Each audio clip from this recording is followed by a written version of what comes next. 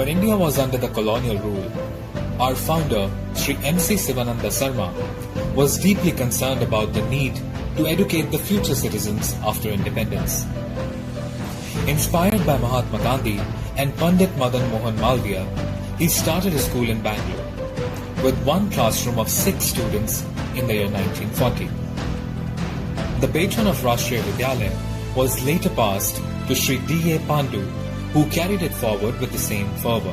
In the last 8 decades, RV educational institutions continued to grow significantly from a class of 6 students to become a global community of over 300,000 individuals today.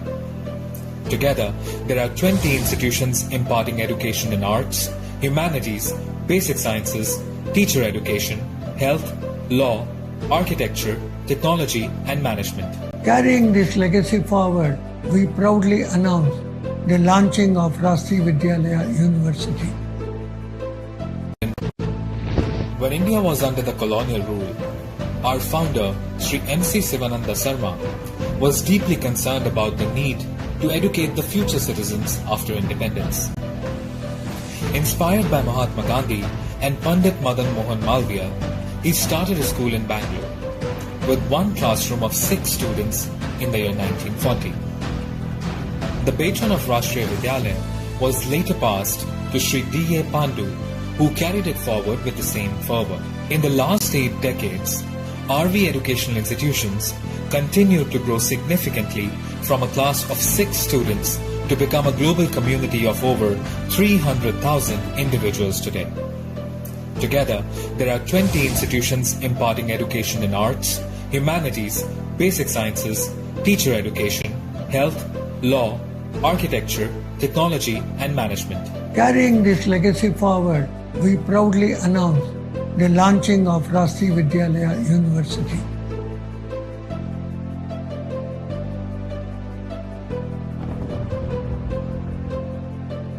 With the leadership of Dr. Panduranga Setti, Mr. A.V.S. Murthy and Dr. Y.S.R. Murthy, RV University will continue the pursuit of academic excellence and produce next generation leaders. Going by our motto, we want our students and faculty to go change the world.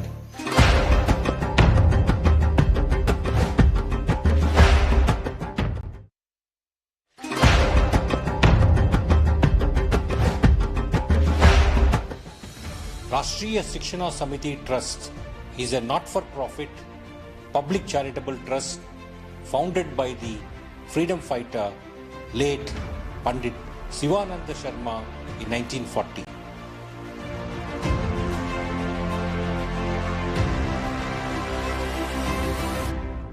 The vision of RV University is to be a world-class, tech-driven global university for liberal education. RV University strives for excellence in teaching, research, capacity building and community engagement.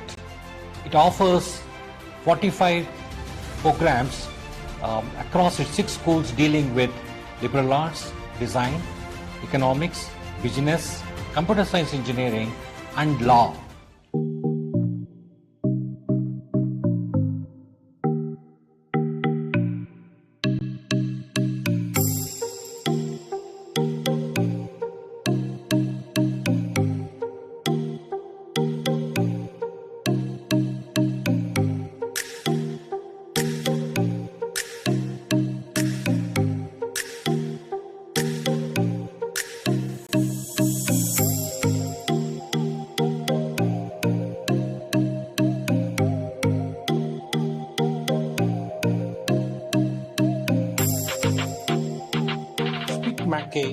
Has established a center in RV University. In a week-long workshop, students learned from great masters. Hindustani vocalists Pandit Ritesh and Rajneesh Mishra, Kuchipudi dancer Miss Pratiksha Kashi, Carnatic vocalist Naiveli Santana Gopalan,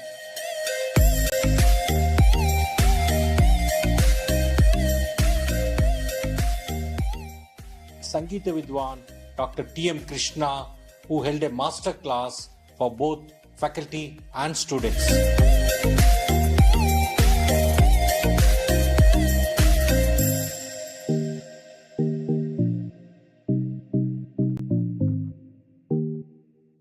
We have outstanding faculty members who believe in innovative pedagogy, experiential learning, and inculcating new age skills.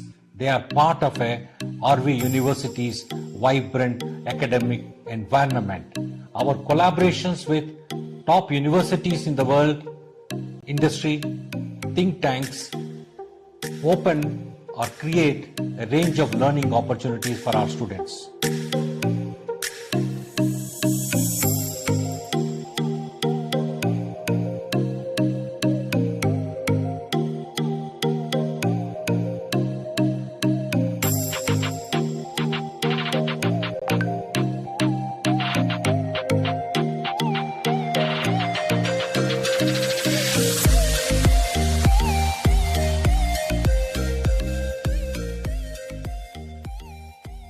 I am truly delighted to be a part of RV University, as it is a great place for a young student like me.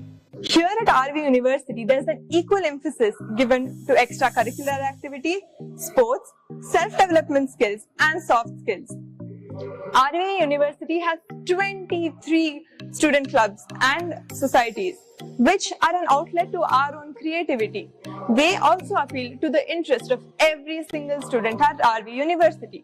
So through these clubs, I have strengthened and developed many such skills which I can utilize in my career as well.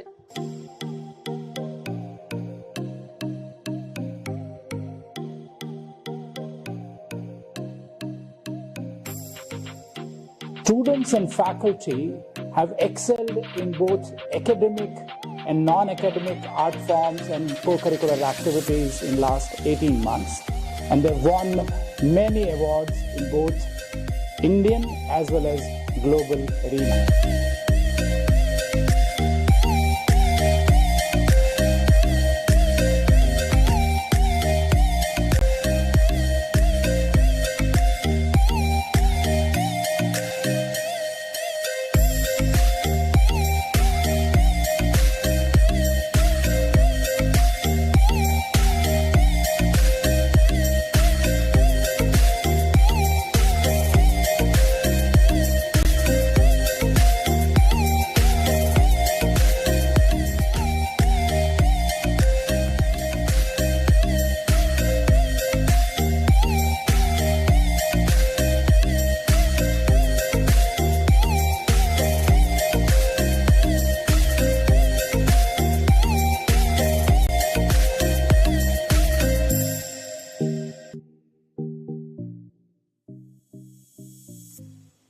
The new academic block of RV University will house 8 interdisciplinary schools. It is modeled around landscape streets that become incubators for student activities and collaborations. The RV University Library, with a unique architectural form, is a state-of-the-art building conducive for higher learning and research.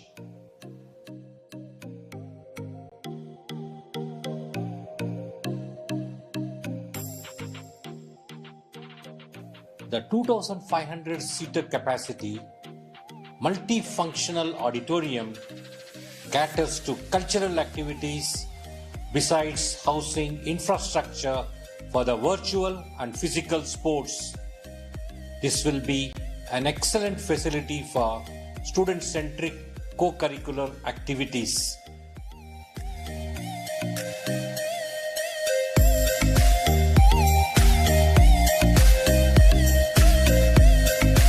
Join us in this exciting learning journey. Come, explore, engage, and excel. Let's go change the world.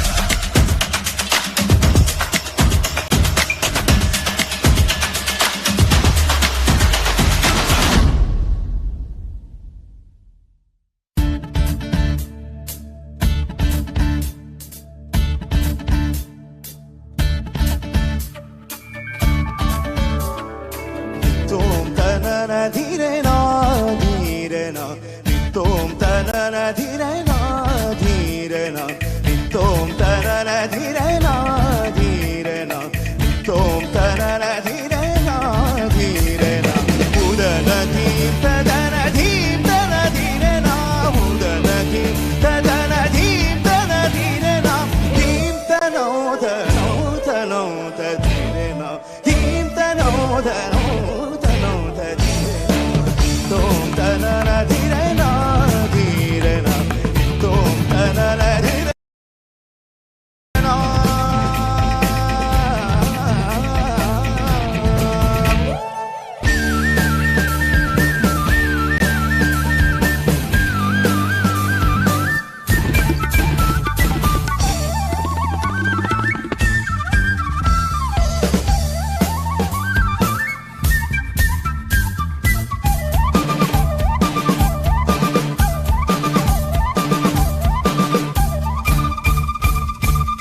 udanadim tadirena dhirena udanadim tadirena udanadim tadirena dhirena udanadim tadirena dhirena dim tadirena dhirena dim tadirena dhirena dim tadirena dhirena dim tadirena dhirena tadim tadirena tadim tadirena tadim tadirena tadim tadirena tadim tadirena tadim tadana tom tanana dhirena dhirena tom tanana dhirena dhirena udana dim tadana dhim tana dhirena udana dim tadana dhim tana dhirena dhim tano tano tano tadhirena dhim tano tano tano. When India was under the colonial rule, our founder, Sri M.C. Sivananda Sarma, was deeply concerned about the need to educate the future citizens after independence. Inspired by Mahatma Gandhi,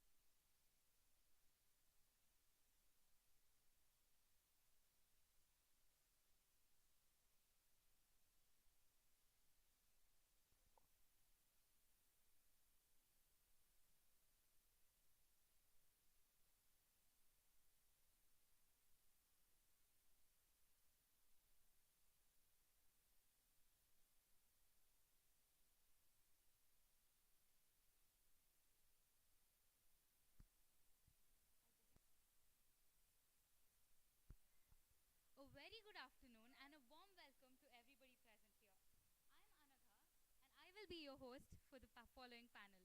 I must say, today was very enlightening.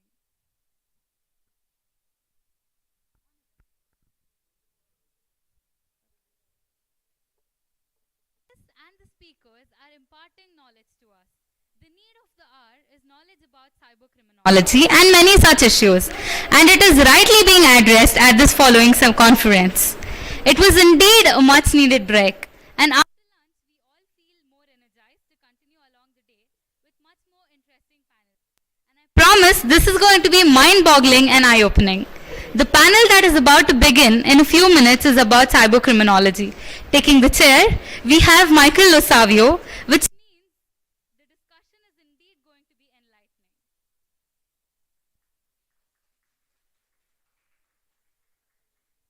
To speak a few words, Professor Michael Losavio gave the opening keynote of today's South Asian Society of Criminology and Victimology Conference 2023, and we are glad to have him. He is an associate professor from the Department of Criminal Justice from the University of Louisville, Kentucky. We're glad to have you here, sir.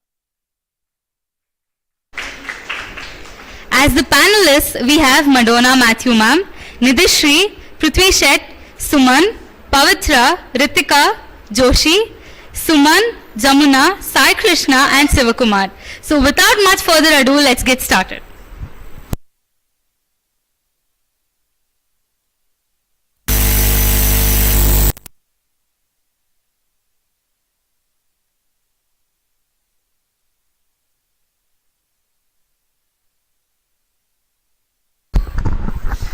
A warm good afternoon to the respected dignitaries, the faculties and everyone else present here.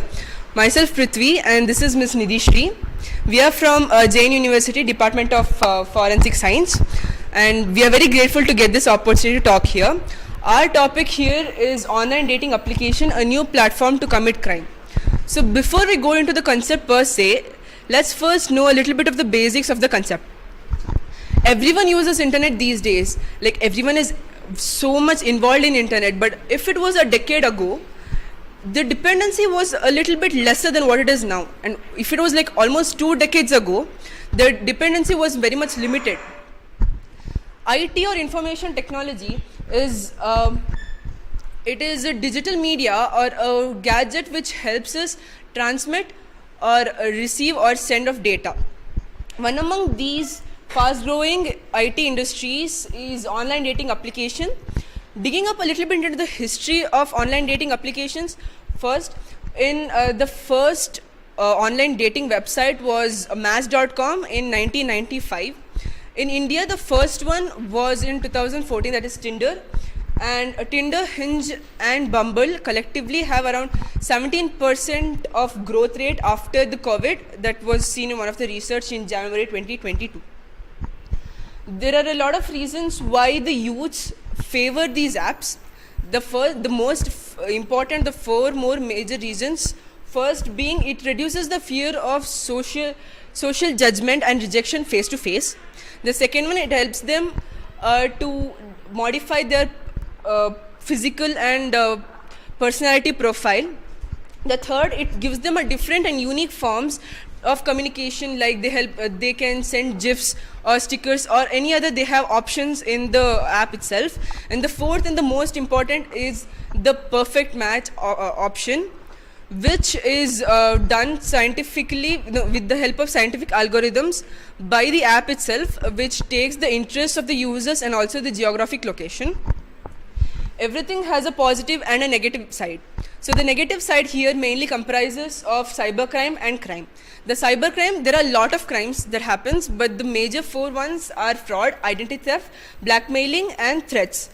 The major ones in crime are murder, rape, abduction and assault. We went through a few of the research papers while we were doing our study, and in that one of them was online romance scams. It told us about the strategies by which people usually, like the offenders usually use the strategies to extort money from the victims. The first step is that they talk as if their relationship is very much permanent with the victim.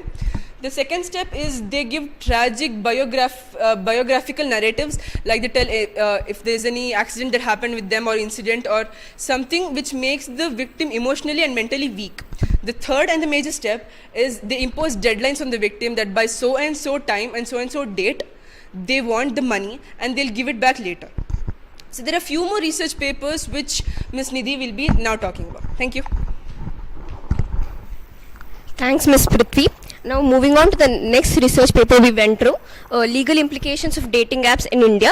This basically talks about new perspectives of Indian towards the dating app and how they are accepting online dating culture. It also talks about how the pandemic has greatly impacted or affected the growth and development of these dating apps. To state few statistics, in a single day in March 2020, there was 300 billion swipes in Tinder alone. And from the period of March to May, there was a rise in 700% in dates in OkCupid, another dating app. And in Bumble, there was 35% increase in the video calls. As the paper title suggests, it talks about the legal application. It also gives that there's no proper law that India follows to combat these kind of crimes, because we follow the Information Technology Act of 2000 and 2006, the amendment, but there's no particular law and it has a very little scope to charge the person who had committed these kind of crimes. With all these developments, there is other drawbacks and disadvantages of these apps, like extortion, harassment, scam, fraud, etc. Now moving on to the next research paper we went through, dating apps and impact to crime. Here it majorly talks about how the vulnerability of the person has increased towards this cyber crime. And here they had done a survey of 200 people where both students and young professionals were taken. The result of this survey was that most of the people appreciated the app, but they didn't depend upon it completely. Now about our objective. Our major objective of our study was to connect or build a relationship between crime and these dating apps. And the methodology we took for this was, we created a self-prepared questionnaire which consisted of 19 items, and we gave it for 48 dating app users, and they responded with their experience, how was it, and their responses were calculated, or we analyzed that data using percentage analysis. This was given to the age group of 18 to 28 years. Now moving on to our discussion part. The first graphical representation that you see talks about the negative impact of such apps. Though 56.3% of people say they had no negative impact or they didn't experience so, but almost half of the population agrees that they had seen either one at least a negative experience in it. The highest being rating that 29.2% of the people agree that they had received a sexually explicit message or image while using such apps, and 27.1% people agree that they had experienced abusive language while using such apps. Moving to the next graphical representation, this also talks about the negative aspect of dating apps, where 43.8% of the people agree that fake profiles are very high, and people are masking behind these fake profiles and are frauding others. Coming to the next slide, move on to the next slide. Thank you. And here it talks about the disadvantage of dating apps. The major disadvantage is again the fake profiles or fake accounts that people create, having the percentage of 66.7%. And safety concerns also rate the second with 58.3%. Next, the advantage of these apps was also found that it helps you to meet more number of people, with around 58.3% of the people agreeing to it.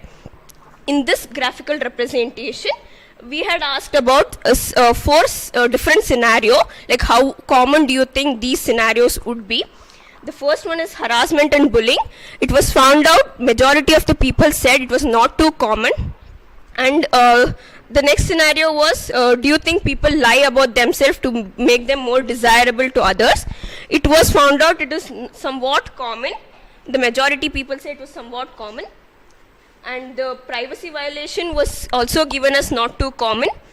And coming to the next graphical representation, 66.7% of our responders agreed that dating apps can be a new platform to commit crime, which is very, very alarming because the rate of people who use that app and the 66% already agree if it's a new platform to commit crime, it is very difficult to combat it because India doesn't have the required amount of strict laws it has to get.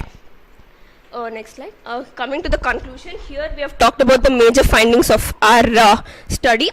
That is, 70.8% of the people have said that they joined these dating apps majorly due to curiosity, like what is the app about, how it works.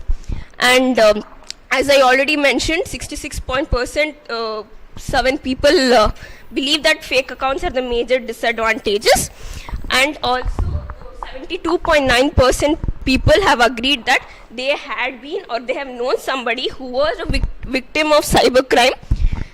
Sorry. They were a victim of cybercrime while using such apps. And we would like to conclude our PPT by saying that it is not completely the fault of the platform or the app developers to have increased the cybercrime rate, but it has definitely created an easier way for people to commit crime and get away with it.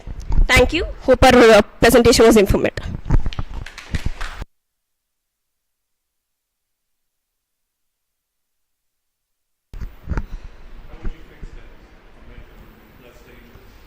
One of the measures would be the security features in those apps should be more strict, and they have to have a criteria if the person has a past criminal history or anything record that it should check, so that it will not be easier for them to mask themselves up and come.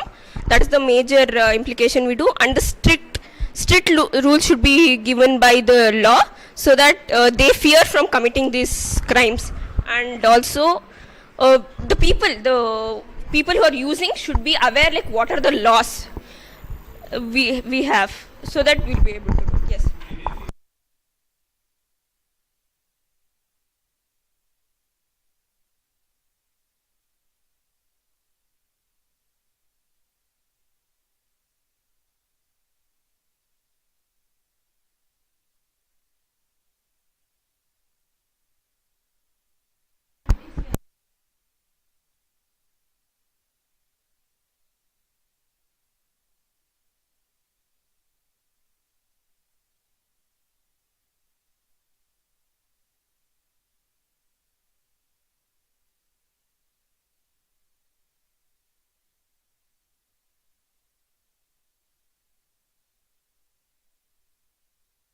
Mentioned it in one of the slides, saying cyber crimes, the main ones are there is identity theft, there is scamming, there is fraud, there is extortion of money, and crimes there are murder, there is the rape, abduction, assault, etc. Can I add to Huh.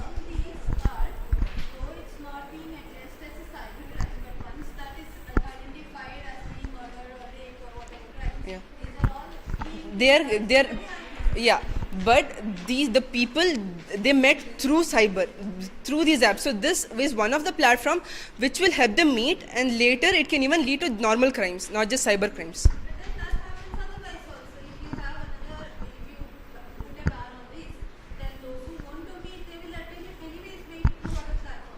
Yeah, other platforms is not the dating apps, right? It's social media. Yeah,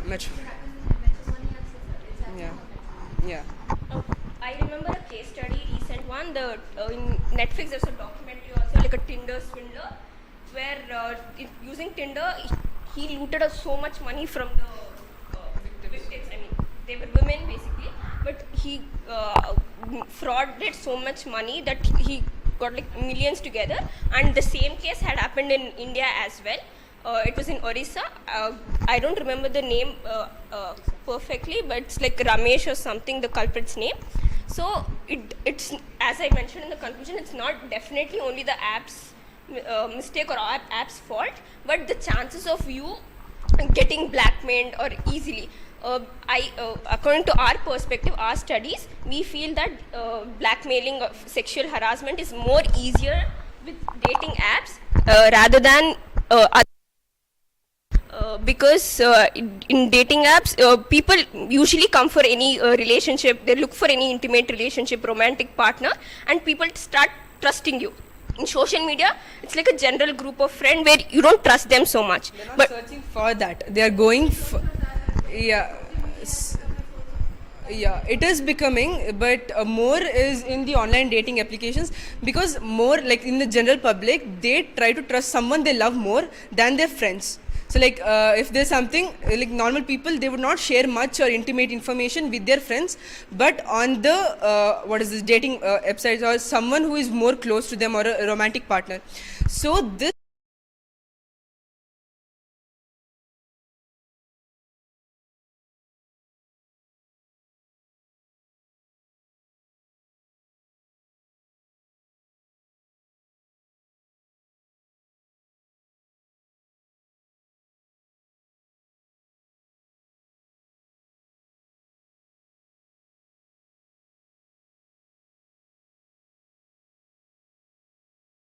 yeah.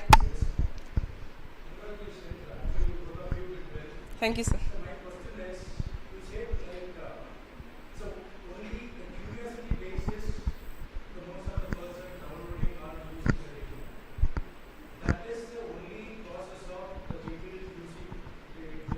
No, sir.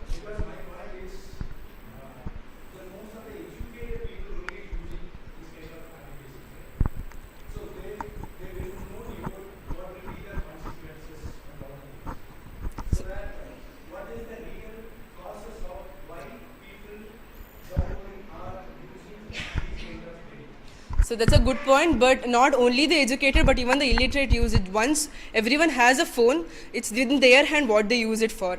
And it's not just the curiosity, we even showed a graph where curiosity was one of the main reasons why they used it, but there were other reasons like peer pressure, or few of them were searching for a romantic relationship. That's why they got into those apps. Thank you. Thank you so much.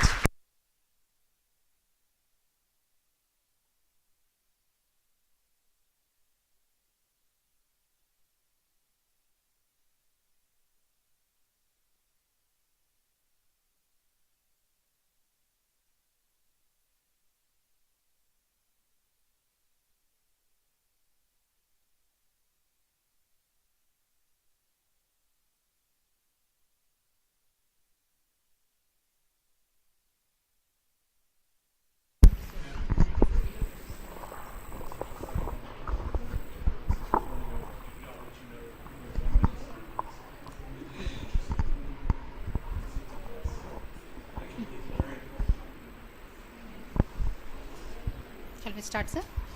Yeah. So, good afternoon, everyone.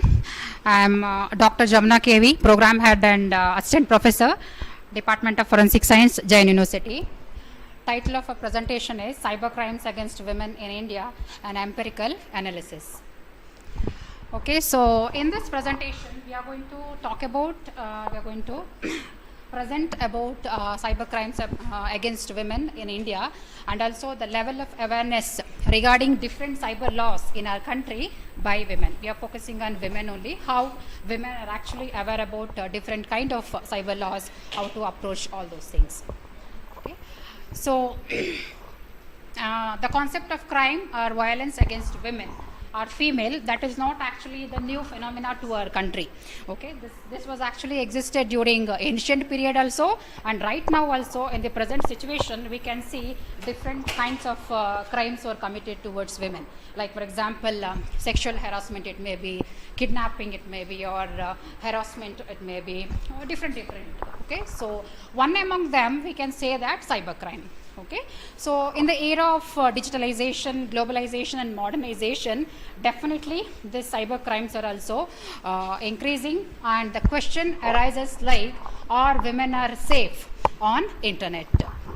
So definitely with the development of technology in our country, so cyber crimes towards women and also this victimization of women also increasing in our country. So when we talk about Indian scenario, we have different cyber laws also in our country and different criminal laws also in our country. Like for example, we can talk about Indian Penal Code, Criminal Procedure Code, Indian Evidence Act. Especially when we talk about this cyber area, we have IT Act also.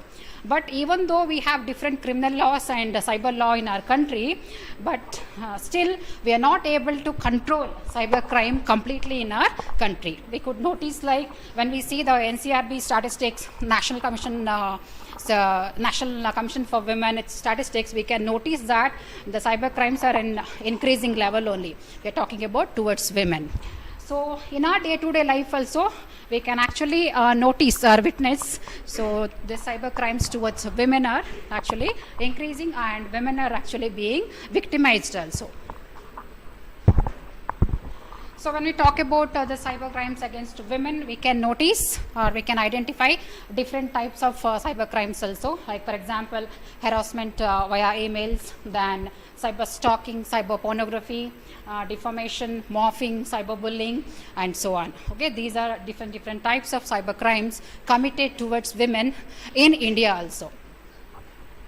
So when it comes to literature, we could notice different authors, they have actually developed or focused towards different areas in terms of cyber crimes. They spoke about cyber crimes in India, even they spoke about cyber crimes towards women in India, and even they focused about different types of cyber crimes, what are the causes for cyber crimes. In all these areas they actually focused. Moving further, next, yeah, methodology of our study.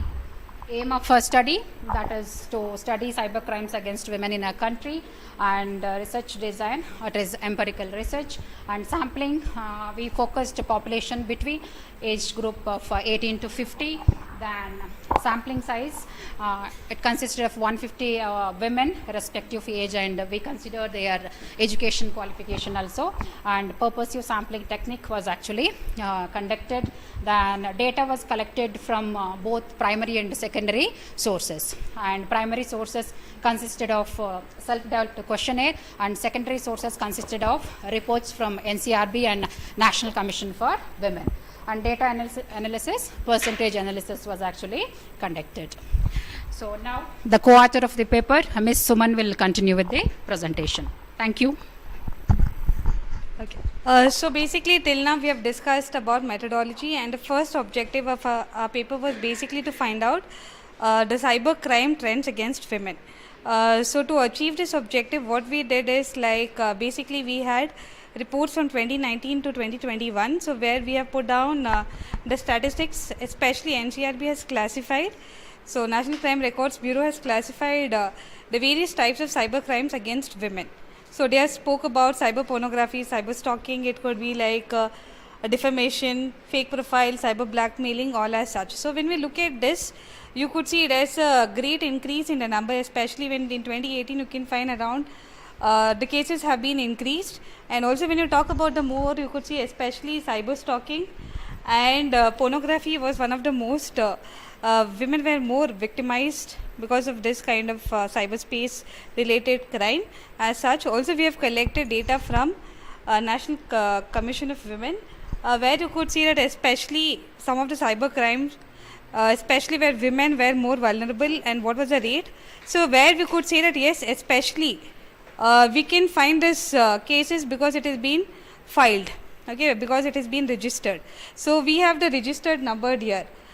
So we thought like how could we like, okay, fine, telling that what is being there, even you all can check out. So what we thought is like going to our next objective was like, okay, so we know that this crime exists from different sources, maybe through NCRB or maybe through National Commissions of Women.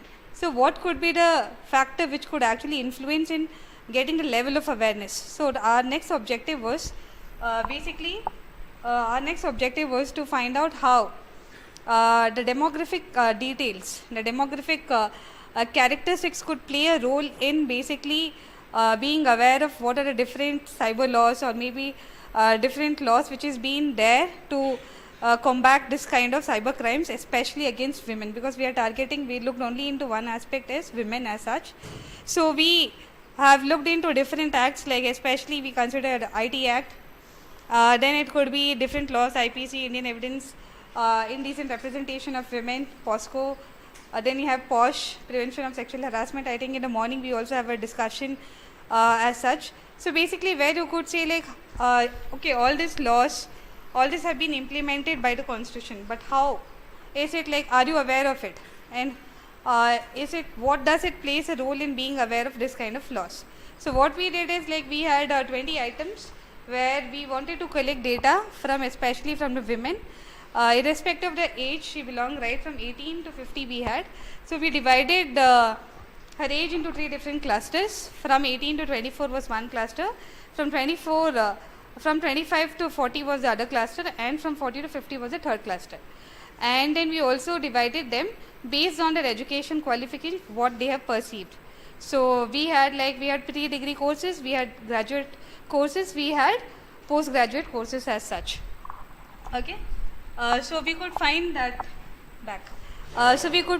find that especially our major findings was that especially women who belong to the category of 25 to 40, okay, they were more aware of this kind of cyber laws which was there when compared to the last category, that was 40 to 50.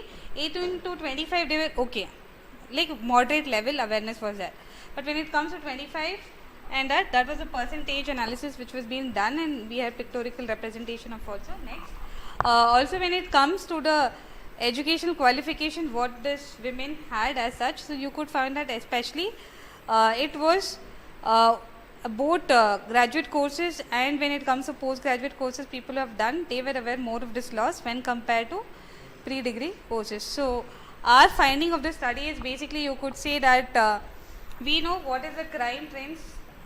Yes, you have conventional crime, but in the cyberspace, where you could say like, especially you could see this increase in the cyberspace crime, where especially women were more vulnerable, because of it could be because after post-COVID, after 2019, there was a high increase, maybe because of the, where you cannot, the only platform where you could connect people across the world sitting in one place was basically internet, and women being very softer target of this, maybe they don't know, like I'm not telling that they're not much aware, but they're very easy targets when you compare to the other male counterparts. So you could find that especially women were more vulnerable.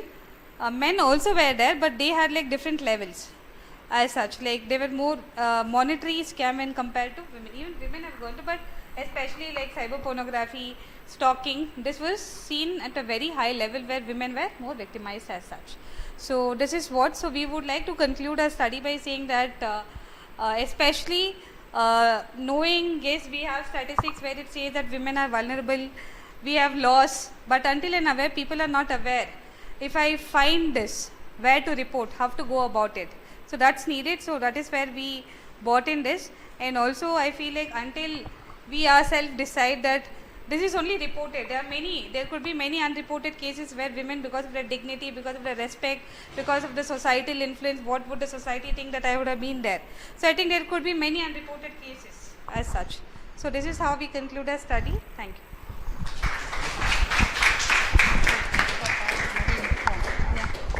Questions here?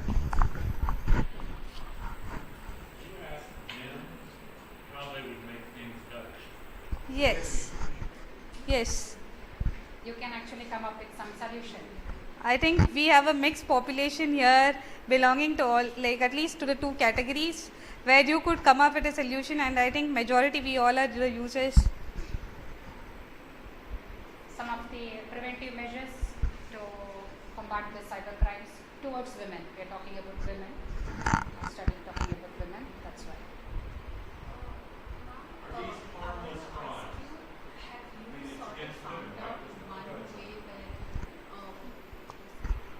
One way where you think we can make these laws more informative, and how can we make more So even like for example, this is at academics, you could say, like for example, if I have to talk about sexual harassment. So I feel like we know that we should have an internal committee where the women has to be represented. There should be a student representative cell. There should be something as well. But I think even when you have been harassed, maybe by any part of like maybe someone, okay, so there should be at least somewhere a board kind. There could be, you could actually just put that information that yes, so there should not be any there should be anonymity kept in those. So at least there could be certain billboards where you can go and post it, and there should be someone who should be regularly, especially women, in charge of that, who could take in that yes, okay, these many today we have noticed. So that's how it can happen, where you could say like okay. One more adding to ma'am's answer. So we are all from academic zone. So we suggest like from the high school level or PUC level, the information about all these laws, like for example regarding the criminal laws and also regarding this IT Act, okay, what it is, how punishment or what thing, how to approach, everything should be actually mentioned in our syllabus. That is one more thing we can actually suggest.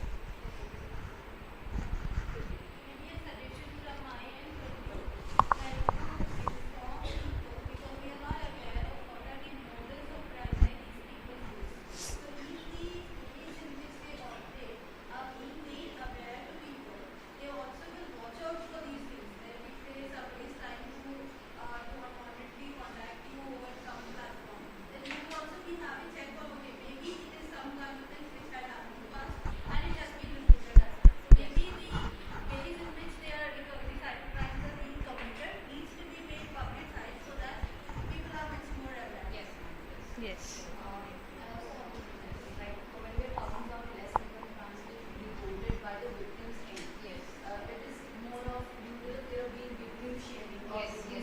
Yeah. Yes.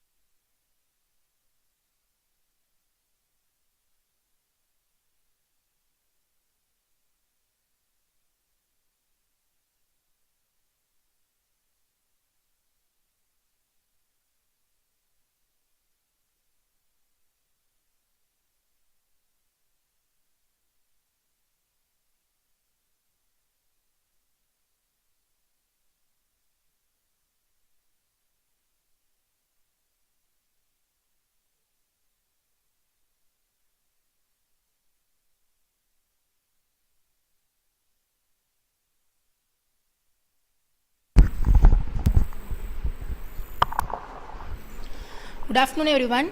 We are the students of DG Vaishnav College and Department of Criminology and Police Administration, and myself Ritika, he is Josh, and this is Pavitra. So, as you can see on the screen, our topic is a study on dark figure and consumer behavior in e-commerce. So, first of all, I can say what is e-commerce. E-commerce is buying of goods and services through the online. Consumers can directly buy goods and services with the help of online. India was once a cash-based society, but due to the technological developments, it accelerated cashless and digital payment. Every coin has two sides. In the same way, it also has top-notch positives to horrible negatives.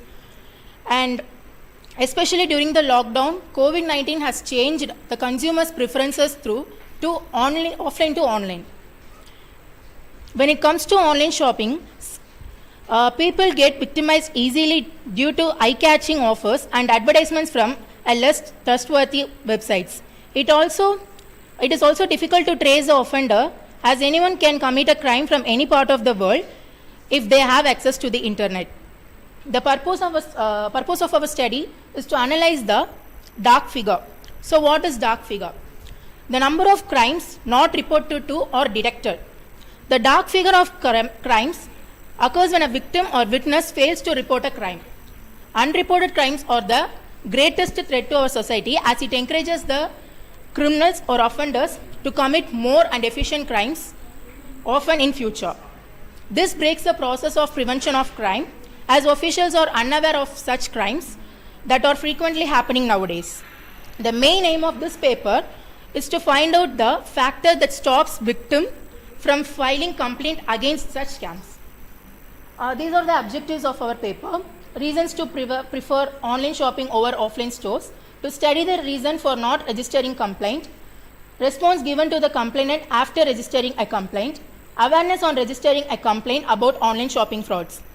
Now the next part of the study will be taken over by the Josh. So let's now discuss about the methodology of the study. The methodology we used here is we basically focused on empirical study. So now you are able to hear, sir. So for the methodology, we used an empirical research. For that, we used an online questionnaire form. We posted about 19 questions, and the responses were being collected. We were able to get about 223 responses from all the age groups and age categories from different parts of Chennai. So all our questions have been basically based on those questions were created in order to support our objectives, and the results have been analyzed. So the first objective was why people prefer more online shopping rather than offline stores. It's because of it's more convenient. That we can see about more than 50% of the people chose about it's so convenient, so they prefer online shopping. So next two things we focus it has more amount of attractive offers and a wide variety to choose, so they prefer more online shopping rather than offline stores. The least part we see that nearly 30% and 33% they chose that it has easy return and also low price return policies. So now let's talk about whether they have received the right product once they order or not. So once they order, nearly more than half of the population have received the right product, and only few amount of nearly 17% have only received fake products. So these fake products these right products also 30% have chose that these products have satisfied them, but still half of the population says that they receive the right product, but it is not that much satisfied. Now we can see that once we saw that 17% have not received the right product. When we asked them whether they have complained about when they receive the fake product, did they complain or not, we see that 80% have not complained and only 20% have complained. And among the 20%, why they have complained after complaining, they say that nearly 40% they face the situation where the police have been completely ignored their complaints, and we see 36 and 20% have received responses, but it's not that quick. They received responses, but it's not to that efficient. Now, when we ask the people that why you didn't complain when you receive a fake product, they say that there's no use of complaint. In the previous slide, we saw that people who have complained have also not received any responses. So people who have not complained also say that there's no use of complaining. So they say there's no use of complaint, so let's not complain. And other options, we see that the loss of money is so less, the case proceedings money is more amount. So let's leave this topic like that. And next. Talking about the awareness about the people from where we should complain this, we see that more people have awareness about the Consumer Protection Act, but they know that if we receive right product, we need to complain, but they do not know where to complain. That's why we see National Consumer Helpline Portal and the helpline numbers. They say nearly half of the population, they do not know what it is about, but they knew about what is the Consumer Protection Act. So now Pavitra will explain about the results and conclusion. Thank you. Next slide, please. So far, we discussed about the problem and our data, but the main purpose of collecting or analyzing any problem is to find a solution. And so we came up with few recommendations we could think of. First one would be spreading awareness to people. They see fake product website in the social media account, they should be able to report. We already have report options, so it will be nice if you report and complain, so it will be forwarded to police officials so they can take it from there. And third one would be we have the practice of ignoring the less important stuff, right? No matter if it's a small case or bigger case, no matter about how much of loss it is, police should give equal importance to all the cases. You can clearly see that 43.1% of the percentage of the samples reported that they have been completely ignored. Their complaints have been ignored, and 36.1 received late responses, and that is the main reason why people did not file a complaint. And another recommendation would be that public and police relationship should be built. When we trust our officials, when we trust them, when we believe that they can take a case, we will obviously register a complaint. So we already have FOP movement, but in Tamil Nadu, we should also improve that, and other more movements should be brought so that police and people relationship will be built. And you can also see that 58.5% of the samples responded that there is no use of filing a complaint. Next slide. As you know, dark figure is a great threat to the society, as it stops the process of prevention. The main step to stop any crime is the prevention. It is the first step, and when we don't know, when we are not aware of the real numbers, we will not be able to take step on that. And also according to our responses, an alarming rate of 83.4% of the victims did not file a complaint for various reasons. We saw there is no use, or they had fear on police. There is a stereotype. We have a stereotype that police people are rude and they ignore us, or we might fall, we are already a victim and we might get problem after filing a complaint. So we mostly we try to avoid filing a case if in case of small problem or crime. And we used a quantitative method, and it was useful in assessing 223 response. When it comes to online shopping frauds or any cybercrime, not any cybercrime, when it comes to online.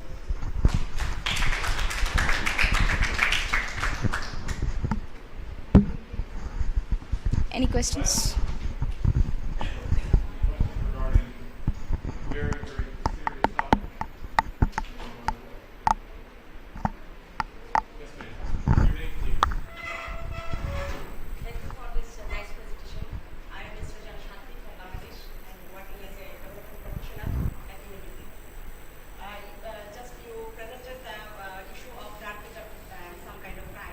That is what reported in the police. You have already seen several kind of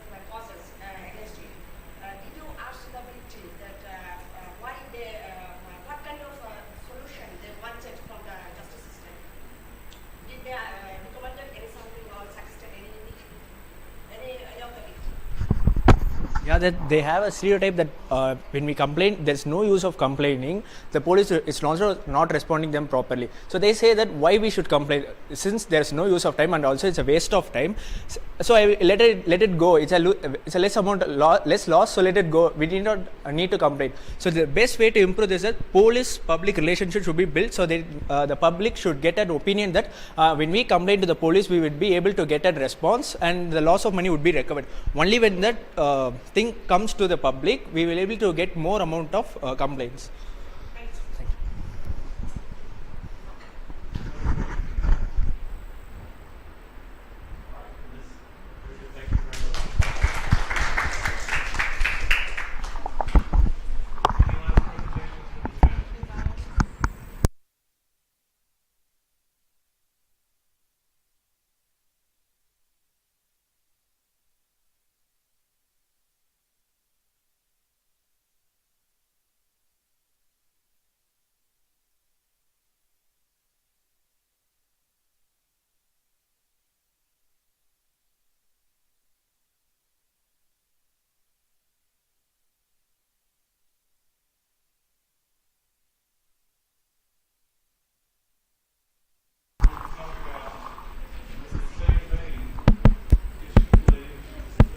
Hello.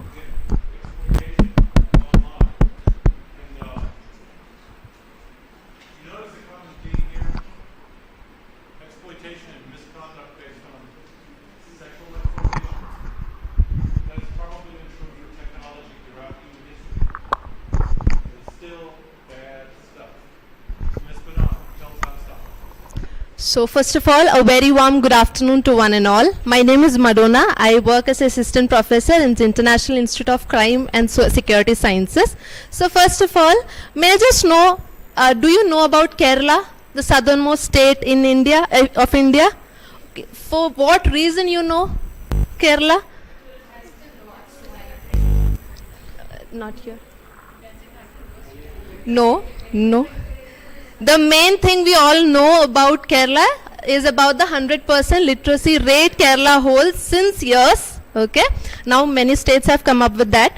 Then best culture, best food, okay, best people, okay. Yeah.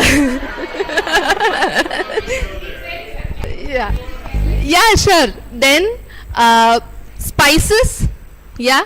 And I am here to talk about a not so good reason why Kerala is famous for. Again, Kerala is the largest producer of pornographic content circulated in the electronic media.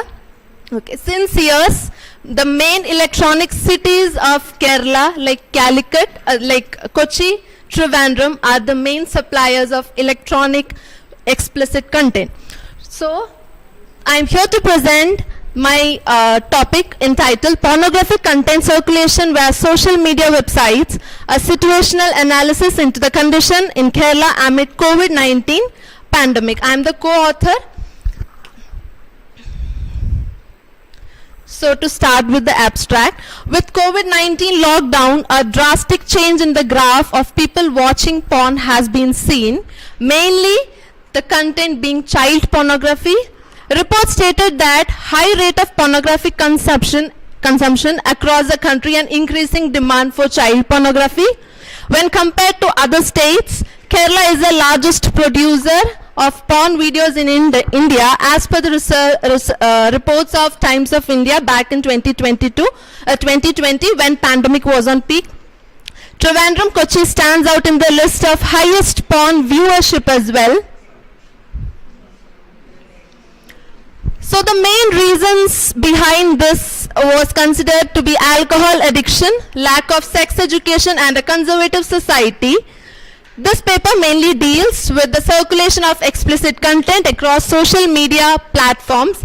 Especially we have dealt with Telegram because of its high security features. The anonymity of the senders Telegram assures and recipients, security of the platforms and the laws and the government initiatives. Introduction. In order to provide the zero tolerance for pornography and crimes, the Kerala police has considered 2019 as a year of cybersecurity. Explicit content on social media was less common in past because everybody were not into social media that much. And the removal of multiple websites caused a deluge of such content on social media as well. However, social media lacks these restrictions, making it simple for any content to spread. Obviously, if by chance, accidentally, if anything comes up to me, at least I'll share that to my best friend, right? You might also do that. So there's a one share went from me, even if I know that is an explicit content, that is something illegal to do, right? The social distancing measures due to the coronavirus pandemic led to the increase in isolation, loneliness, and stress. So porn was something everybody saw. Okay, porn consumption rates were high in that time. Pornhub reported the highest traffic in the website as well. One of the primary centers of cybercrime was found to be the main technical cities of Kerala. So these were the few headlines where Kerala was on top when it was dealt with the pornographic thing. Main users are from the main reporters like Times of India, BBC as well. So, about the viewership of pornography and youth, contrary to many of our common misconceptions, the internet is not a security environment for our kids. Child victims are the only thing that pornographic predators seek to. Knowing the fact that about the teens' online activity and how to talk to them about it is becoming more and more crucial for parents, because we are in our four walls. Nobody is watching us, not even our parents, okay? Social isolation, loneliness, and stress levels increased as a result of coronavirus pandemic, social isolation tactics. And it was reported that even when Pornhub saw the maximum rise in the traffic, they even put on ban to some websites. Even then, there were people who used VPN and all, and then also the traffic was there only. So this was. So if you think that porn is something only males watch, no. Okay. So if we talk about gender neutrality, both genders saw rise in porn viewing in March, with more women viewing erotic content between March 10 and 20 and March 26 and 28. This is as per the reports of Times of India. And also age is also not at all a bar. Both people between the ages of 28 to 34 as well as those over 34 saw similar increasing in porn viewing. So this is the data given by the Lok Sabha. Okay, you can see the first graph where the total number of cases in 2018 to 2020, UP was standing first in 194 cases reported. Okay, there will be obviously many unreported cases, and Kerala was standing second with 146 cases. But Kerala was standing high with the total arrest, okay, because the Kerala police came up with lots of initiatives where these electronics media and the people who were, and they got into groups. So most of the cases were tried to solve, and 139 arrests were done by the Kerala police. So this is as per the cases involving use of child pornography as per the data of 2021, where Kerala has shown a drastic decrease. It stands in the 7th position. Social media and porn. Social media has embraced pornography. Sexually explicit content is now widely available on social media in one way or the other. Firstly, if somebody, when we wish to watch some explicit content in YouTube, it was not available, but now it is. In some way or the other it is. OTT platforms, they are available. So it has become more easy to share them across the social medias. So so I focused on Telegram, okay. It doesn't mean that WhatsApp, Facebook, Instagram is not used as a platform, but Telegram has lot of security features.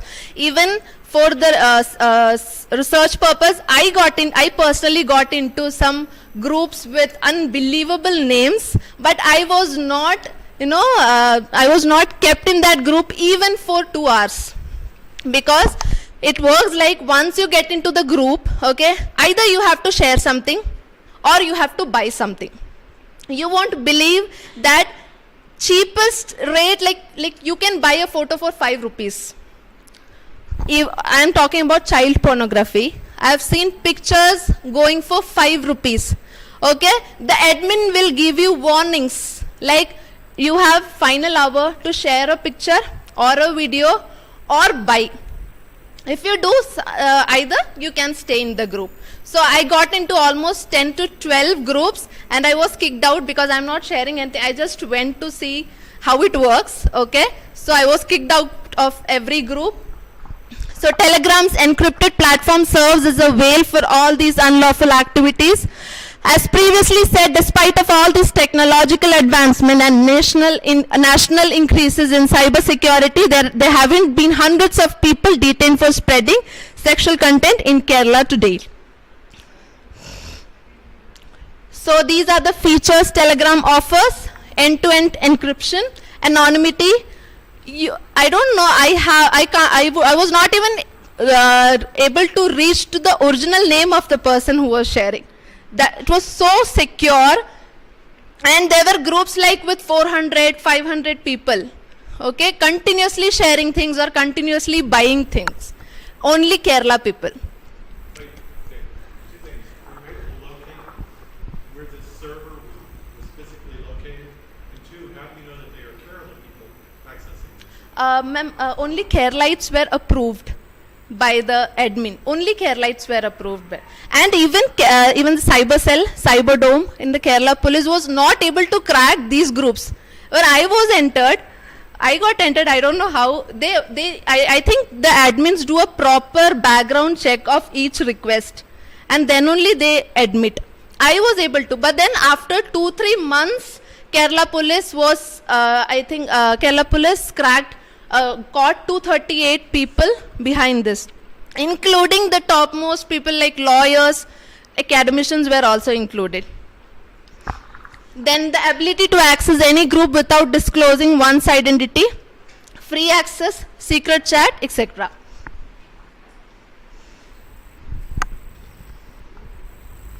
So talking about physiological dependency on pornography, people who are depressed or lonely frequently report they have the more they are more into watching porn. Okay, masturbation and pornography probably provide a momentary solace from negative emotion. Along with this, someone who accidentally joins, as I told, if somebody is accidentally joining or intentionally joining, they somehow get into this. If she gets into a group and she wants to stay, then she'll be like, okay, it's just a matter of 5 rupees. Let me get that picture and stay in that group. So there are people who get accidentally involved in this also. Then unnatural sexual content has now been going viral. Unnatural sex means sex between, let's say, between mom and son, father and daughter. This has been also the main thing that viewers want now. And there has been groups where the title was itself child pornography. They demand not a pornography, they want child pornography only.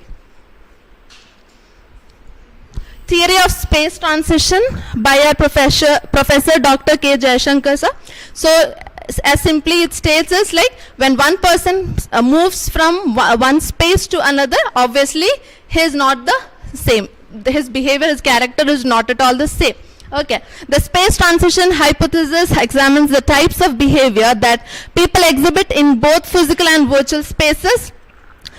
Individuals may worry about their actions. Obviously, if now I am here, I might think 100 times before saying something. But if I am behind my screen, I don't have to worry about anything, obviously. So, as per the space changes, my nature is also, individual's nature changes.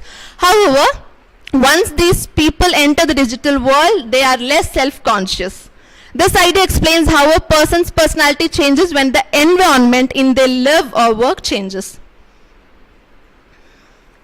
So there are few government initiatives to stop or reduce the spread of these contents. The POCSO Act, the 2012, the Protection of Children from Sexual Offences Act was created to safeguard children from crimes like sexual abuse, sexual harassments and pornography.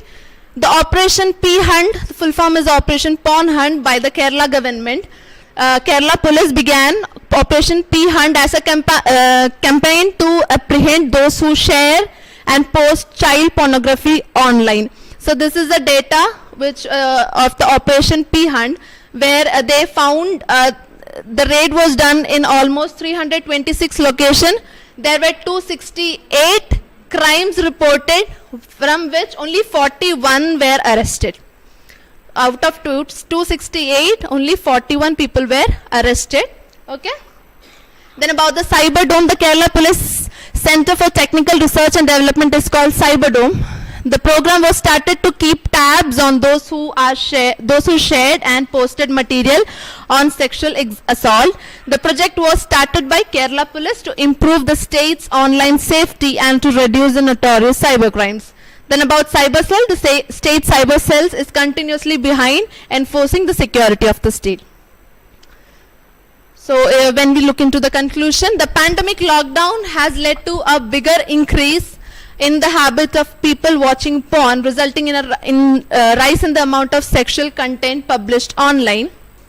The high level of protection provided by Telegram creates a significant challenge because law enforcement agencies are not able to break into their stream, because obviously if I want to get into a porn website using a VPN and I am getting porn in my WhatsApp, obviously I go for the porn which is easily available. Okay. So this has been the change which has come after the pandemic due to its strict, if we talk about Telegram, the main security reasons Telegram is offering, that is the one main thing why these culprits are choosing Telegram as the main platform to share these things. Law enforcement agencies should be strengthened to get this act under control, even if there are rigorous rules and regulations in place to manage it. Associations for child welfare would aid in the prevention of child abuse, including sexual abuse.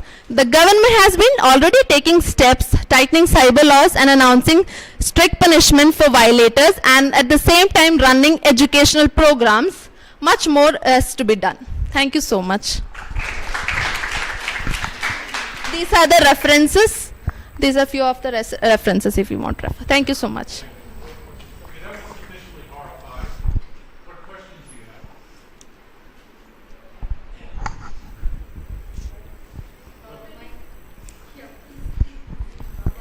have? Yes, ma'am. Thank you. My question is, you said that the Kerala government, like the Kerala police, is much more active in the streets and they will try to do a lot of things and they have achieved it. Yeah. So my take is like, they know where this plan is happening. That is the Telegram app. Yes. So what are actions that they have taken for Telegram app?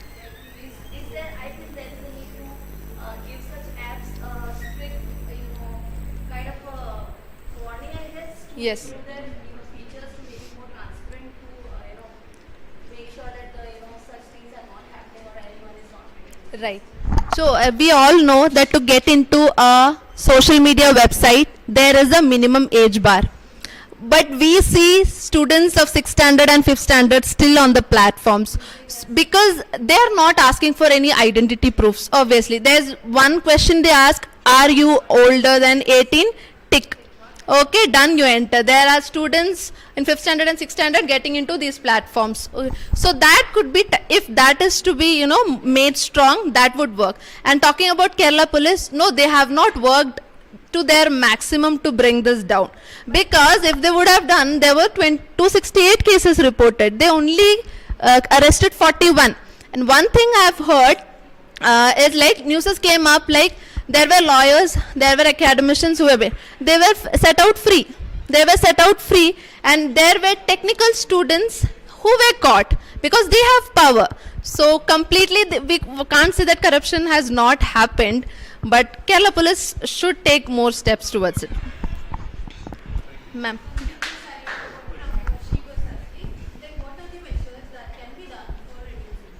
The main thing we talked about is when one person tries to we can crack. There are professionals who can crack into there's dark web working, this and all. So find out professionals who can literally break into the Telegram security features. It's not that it can't be broken, because there are everything that the hacking people are breaking. I am not into so much IT, but then they are doing wonders. Why can't they do wonders in the Telegram also? Right, and the police and the government. If that works, obviously. Yeah. Thank you.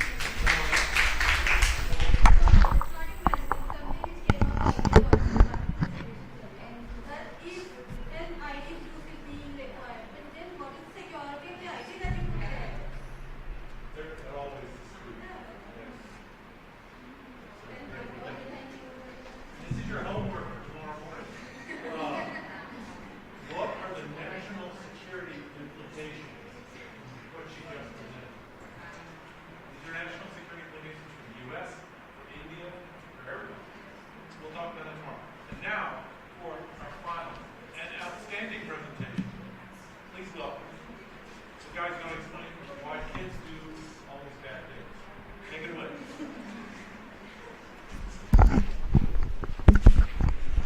So, good evening, one and all present here. Myself, Sai Krishna, and I am a doctoral research scholar from Manoram Sundara University.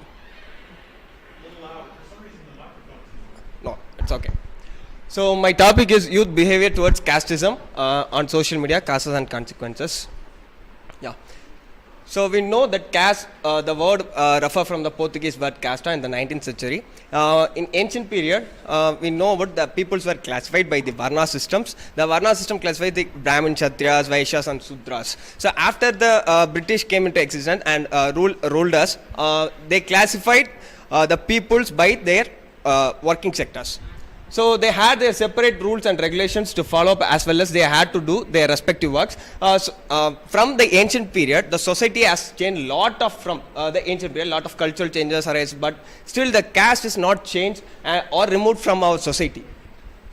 So still we have caste is one of the primary issue in this growing society. Gradually the youths are affected through their elder persons, colleagues, friends, neighbors, senior citizens, even though their parents from their childhood age, for example, like they were telling them like we are dominant caste and we are the rulers and we are the upper caste from all around the all other castes, like that.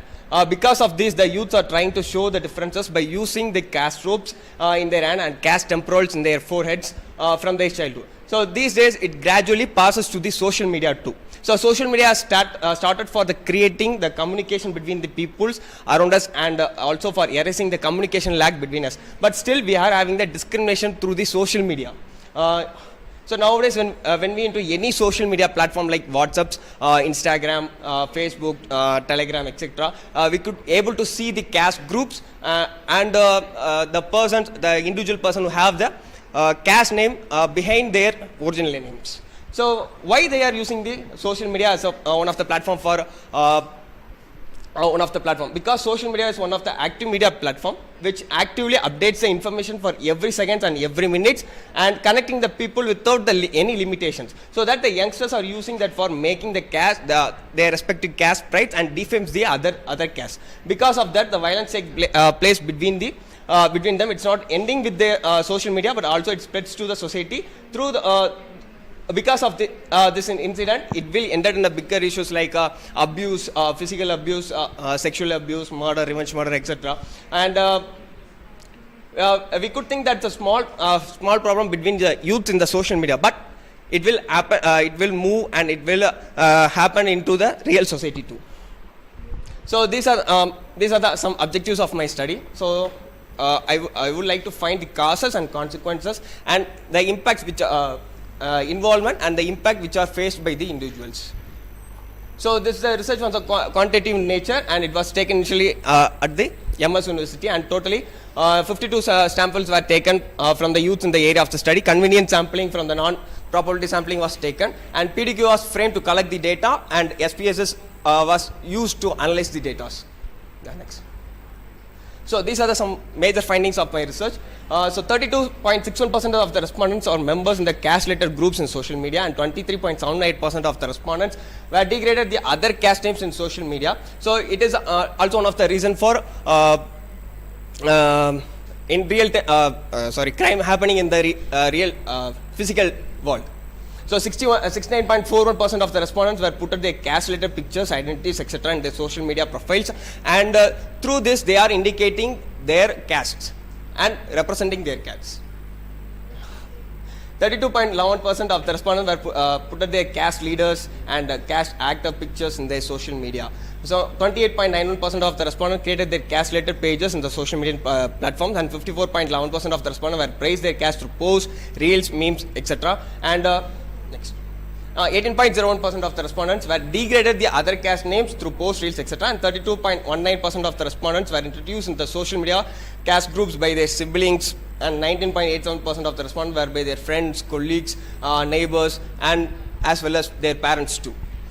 So through conclusion, through this study, I realized that the social media is not only used to connect the people with others, as well as the social media is used to create hate speech against the particular communities and spread hatred towards the communities. Some of the youths who are engaging their times in social media, they may initiate the hate speech against the particular person or page or particular community. Because of this, it may affect even the society too. Also, some of the followers and great leaders could not take their leaders' thoughts towards a positive side, but they are portraying their greatest leaders and freedom fighters as their caste leaders in the social media as well as in the physical space too. Thank you. So, any questions?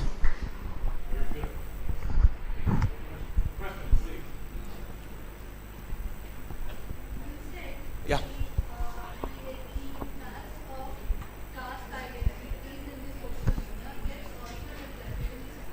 Yeah, ma'am.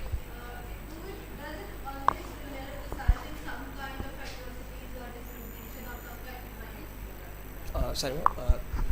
Yeah, ma'am.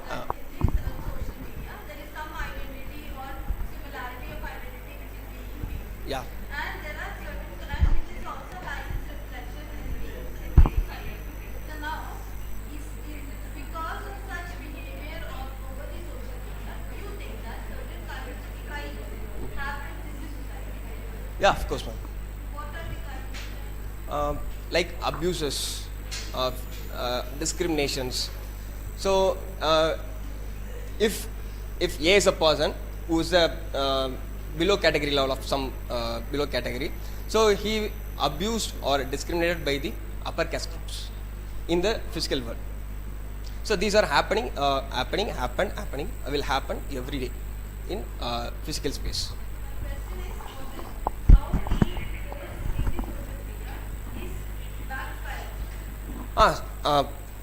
So if someone is degraded the other, one of the caste names, so the particular caste people will watch them, is watching them.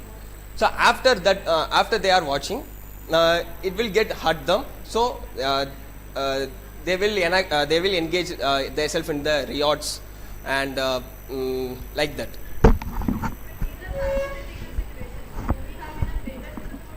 Sorry. No. Thank you.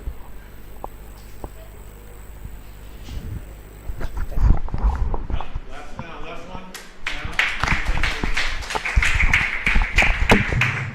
We'll all have to discuss how these effects impact national security tomorrow.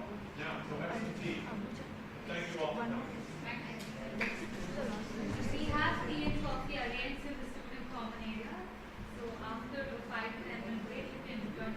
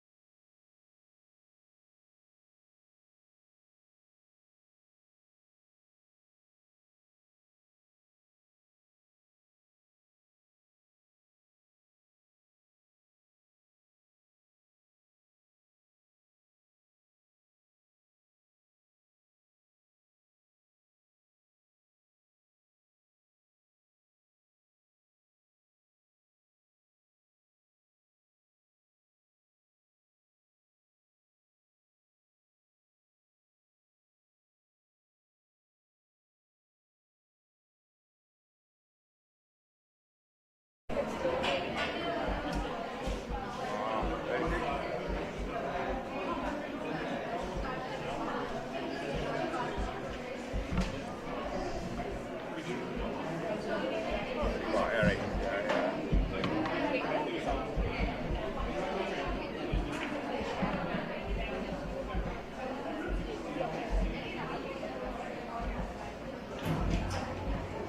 Caps or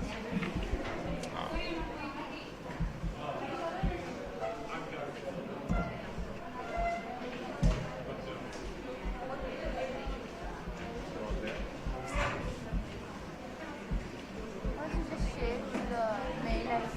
No, I'll do that.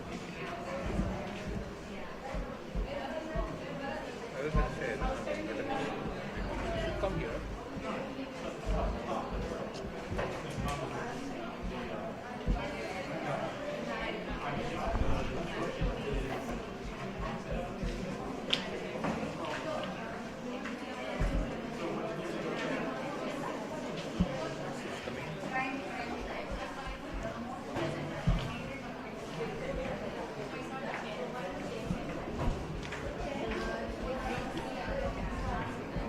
That is more, yeah. Can I connect my this thing here? My no, my computer.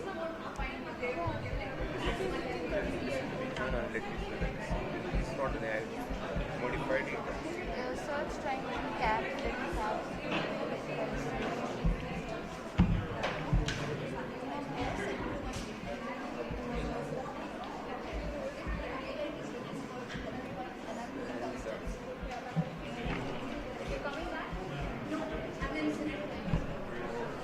Can you, do you have another?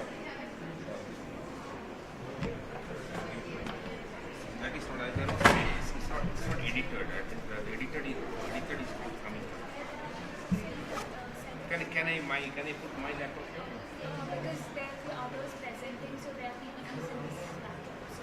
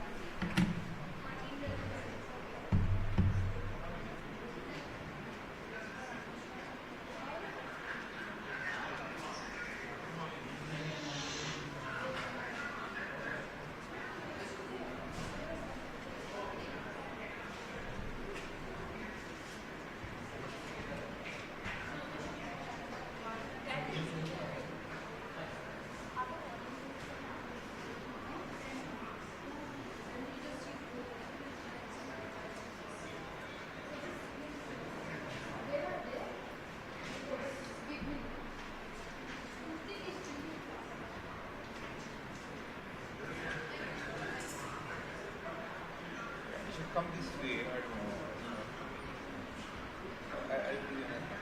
so this is connected to the big screen, so if you like click on slideshow and we'll be pressing the key. That's fine. That I know. Yeah, it will do the next slides then. But I can't. This is what I.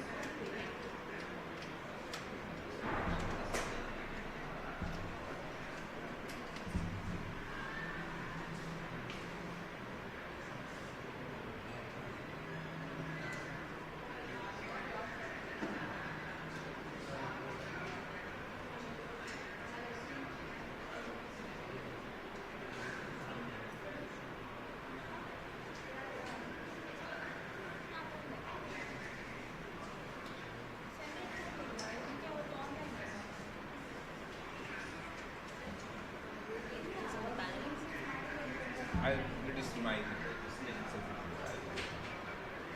No, you can ban it. Okay. Let me complete this. I'll transfer this, then I'll listen to you. Okay. Let me do this job first.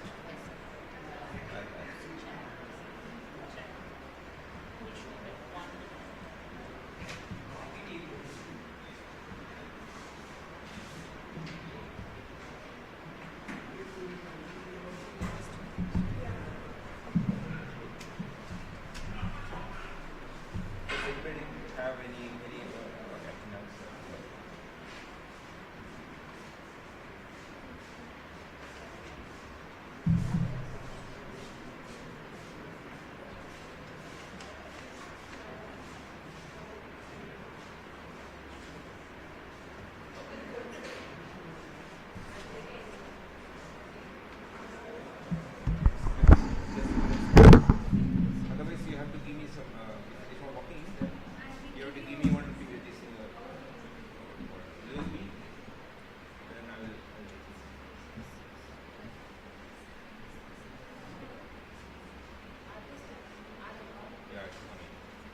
topic is there.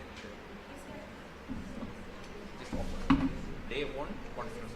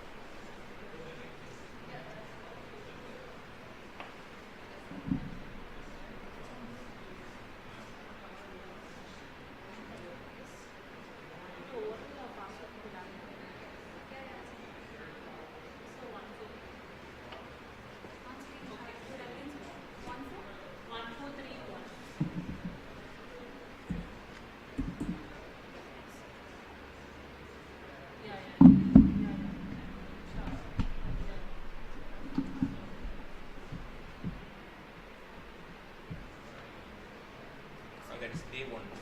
That is day 1. Search. Day 1, yes.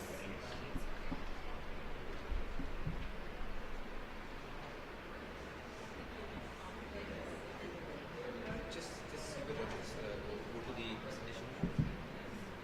Let me see the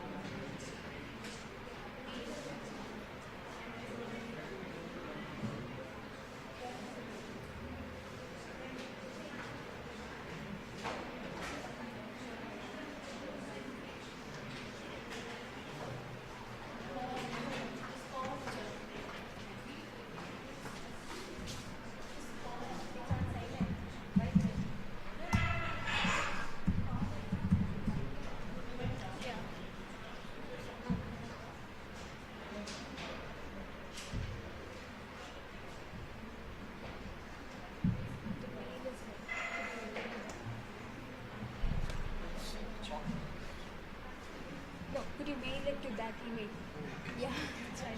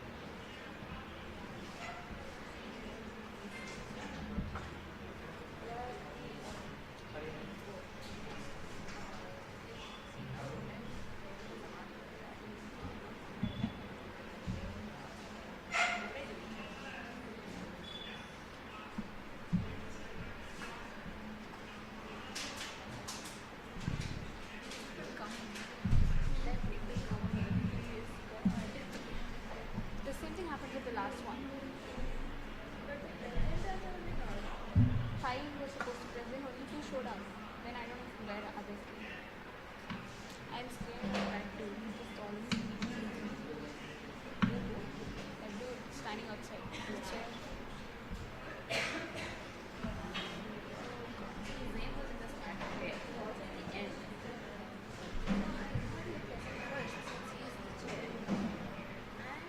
Gonna present at the end.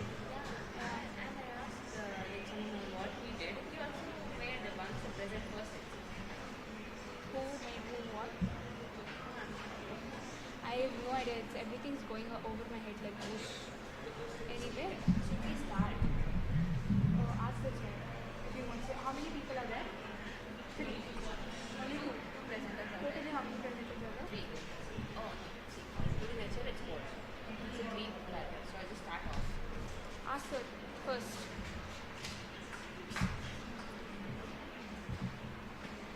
Hey, Yashu, what's the order of presentation? There is this. Okay, which I want to tell you okay. It's on cyber terrorism. Second one is that Harihara O. Okay, then this Bharat A. Okay, I don't know if they're going to show up. Last one is okay. Ask the so one more presenter should join us. We don't have their numbers. We are trying to contact them.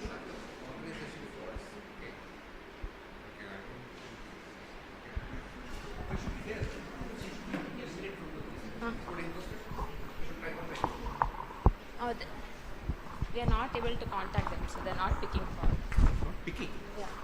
Who is he? Bharat A, Lalit Kumar O and Suman. Okay. How many people are there in the panel? Only 3. Other than me? How many? 4. 4. Let me know who are they. You can introduce them. There are 3 people. I will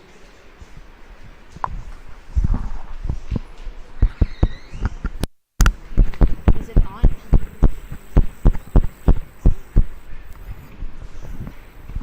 Good afternoon to one and all present here. I would like. I'll talk. You're supposed to talk in that because the camera sound Good afternoon to one and all present here. I would like to ask everyone to take a seat and maintain silence. I request.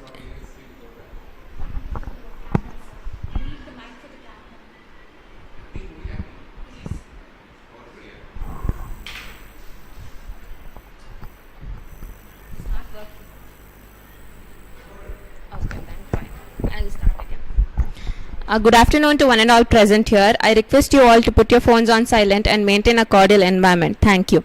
We, RV University, welcome the professors, speakers, dignitaries and participants to panel 5 on this wonderful occasion of the 5th International Conference of the South Asian Society of Criminology and Victimology. Today we have a fantastic panel on the topic cybersecurity and forensics. Let us begin by welcoming our chair today, Professor Suresh Kumar S. Nair. Professor Suresh Kumar S. Nair has done his MSc in Security and Risk Management, Department of Criminology from the University of Leicester, UK. He is a former intelligence officer in the Intelligence Bureau of the Government of India and has contributed significantly to the field of criminology. Today, he is here with his work, Socio-Political Risk Analysis on Cyberspace and Localization of Transnational Crimes. We are very pleased to have you here today, sir. So today our first presenters are Ahmad Khalid, Leena Ramra Dakate and Krishna Sharat Sonavane with their work Cyber Terrorism and Cybersecurity, a review study. Let's welcome them on stage.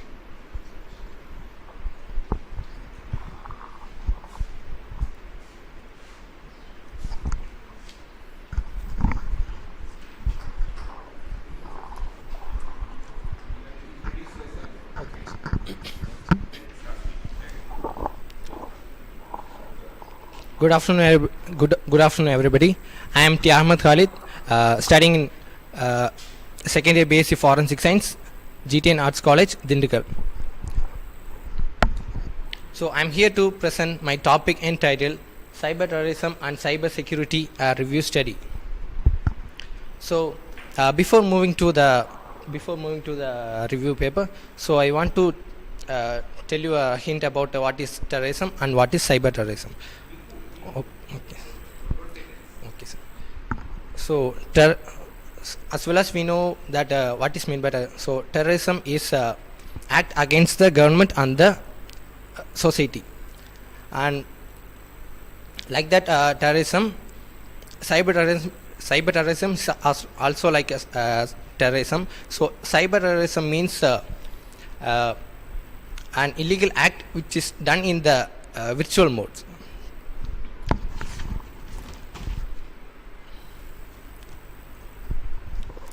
So, introduction to cyber terrorism.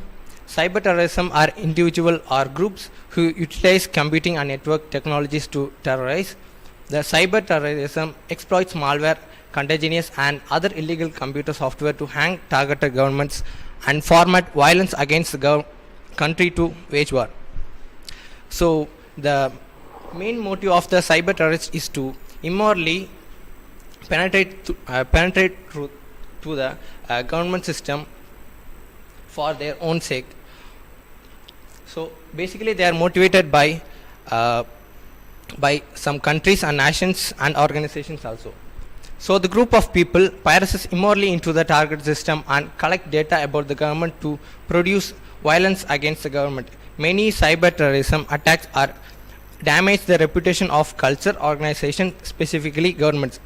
So nowadays terrorists are more intelligent. Instead of harming physically, the terrorists use the modern technology of computer to wage war against the government. The basic elements of cyber terrorism attacks. So these are the basic elements of the cyber terrorism attacks. First of all, target. The target of the cyber terrorist is the government and organizations. So next one is impact. Impact means is nothing but the effect because of the cyber terrorism, like loss of reputation, like that. And next one is method of action. Method of action is nothing but modus operandi, how they are operating the system. And next one is domain. Domain means nothing but logical data and physical data. So next one is tools of attack. So what are the types of tools are used by the cyber terrorists to attack the government? For example, malware, spyware, phishing and data breaches. These are all the examples which tools are used by the cyber terrorists. Next one is motivation. So who is behind the cyber terrorism means we all know that a terrorist is there, but the cyber terrorists are mainly motivated by the politicians and other governments like that. Next. Types of cyber terrorism attacks. Likewise, I previously mentioned that malware, ransomware, phishing, man-in-the-middle attacks, and data breaches. We all know that what is meant by malware. So, malware is nothing but injecting the malware is type of a virus, so that the cyber terrorists use the malware to immorally penetrate to the government system to gather information about the government. So next one is ransomware, and ransomware is nothing but it's a type of malware only. And phishing is also like a attack only. So phishing means creating a fake website like Facebook and email, and the created fake web pages are transferred to a government system. So the government system don't know the knowledge of it is from cyber terrorist, and they don't know that it is real or fake. So they log into the web page, and the login details will be gathered by the cyber terrorist.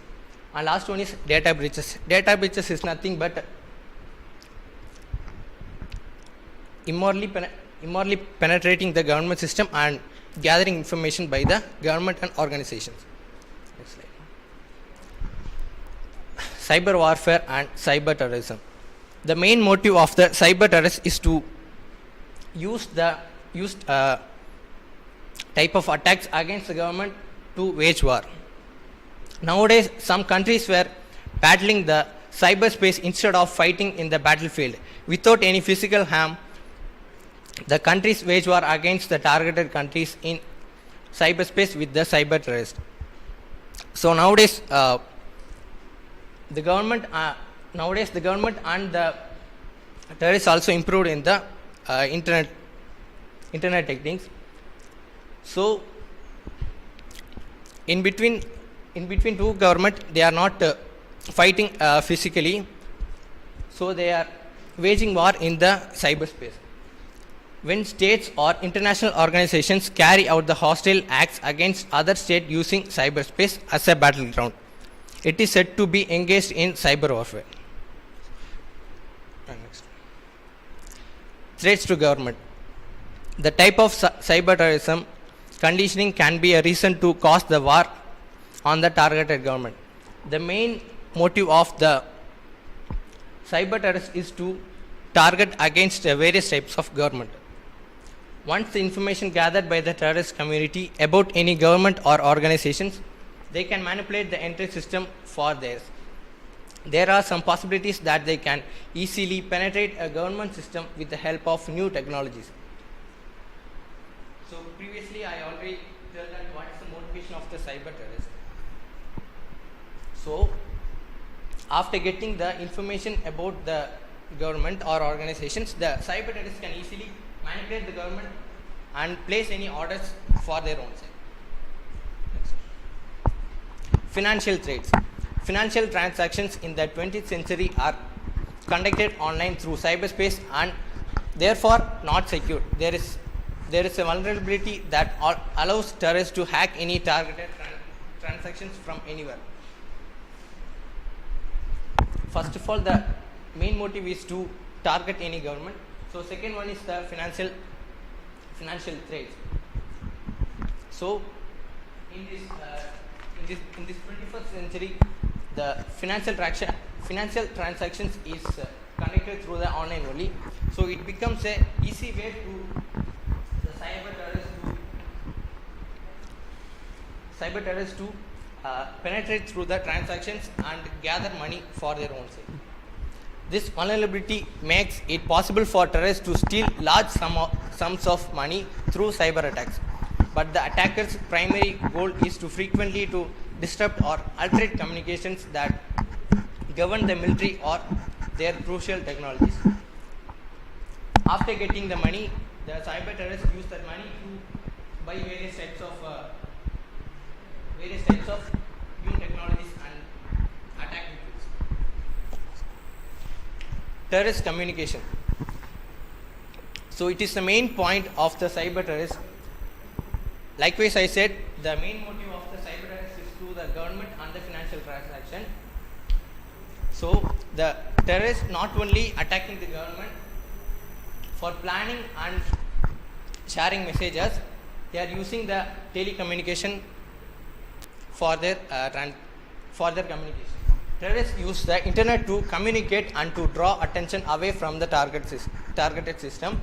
Terrorist group communicate with other group through some methods like stenography and cryptography. So nowadays, the terrorists are more updated in the new technologies. So for communication, they use stenography and cryptography. Stenography is nothing but hiding some secret data behind inside an image or photographs. So the cyber security can see the real message, but they can see only the maps and photographs and images. In aids in the concealing of secret data within an ordinary non-secret file or message to avoid detection. This type of code can be in the form of maps, photographs and technical details. Precautions. So these all are the precaution steps that the government, not only the government, every individual person should be know about the precaution. Stay protected while connected. Only connect to the internet over secure password protected networks. So nowadays people are, for example, if you are going to any railway station or bus stop, the people use the free Wi-Fi for the internet communication also. But they don't know that it is secure or not, but they are connecting and using simultaneously. But behind the Wi-Fi, there are hackers and cyber terrorists to gather information while they are connecting to the Wi-Fi. If you do use an unsecure public access point, avoid sensitive activities that requires password or credit cards. You must make sure that your whole operating system and infrastructure are carefully secured both before and after a cloud migration operation. So in some big companies, cloud migration is done by most of the IT companies are transferring their mails and every details through the cloud migration. But the IT company is not aware about the cyber terrorists, so they are simply sharing their clouds to one IT company to another IT company. So there are so many loopholes that the cyber terrorists can penetrate through their mails and information to gather information. So conclusion: terrorists may develop cyber terrorism at a future date to increase their impact in the virtual world. Instead of actively and physically undertaking an assault, the cyber terrorist creates a way for widespread diversion. So in this 21st century, the terrorists not using the weapons or any critical weapons for physical harming. Instead of physical harming, they are using the modern technologies to wage war against a government or organization or any other government societies. So the government and the organization must aware about those type of cyber attacks.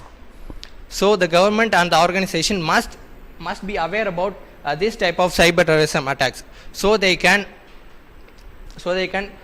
protect their personal data and their communication. So so after the conclusion, I'm inviting my sir to talk about some crime studies about cyber terrorism. Yes, sir. Part of this.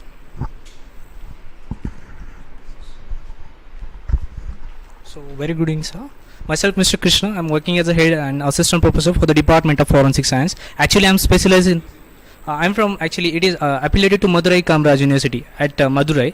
There is one college, GTN Arts College. So I'm working there, and actually this is I'm specialized in question document and fingerprint science. This is for the first time I'm presenting my review study along with my colleagues for the related to cyber crimes and cyber terrorism. So I would like to just give my focus on some remarkable. I can't say exactly. There are many studies are there. So somewhat study I'll going to cases I'll going to present in front of you. So there was the first case I can say it was documented specifically in Sri Lanka. You can consider. So there was a Tamil tiger gorilla fighters. So specifically it was happened in 1998. So there was for 1 week duration. So specifically Sri Lankan embassies they were flooding on specifically on email. So there was specific email they used to send. It was regarding we are the black internet tigers and we are going to disrupt your communication network. So this was the message. So those who are persons or organizations who have received this message, so it creates one type of threat or some type of fear in their mind. So that was one type of impact you can consider.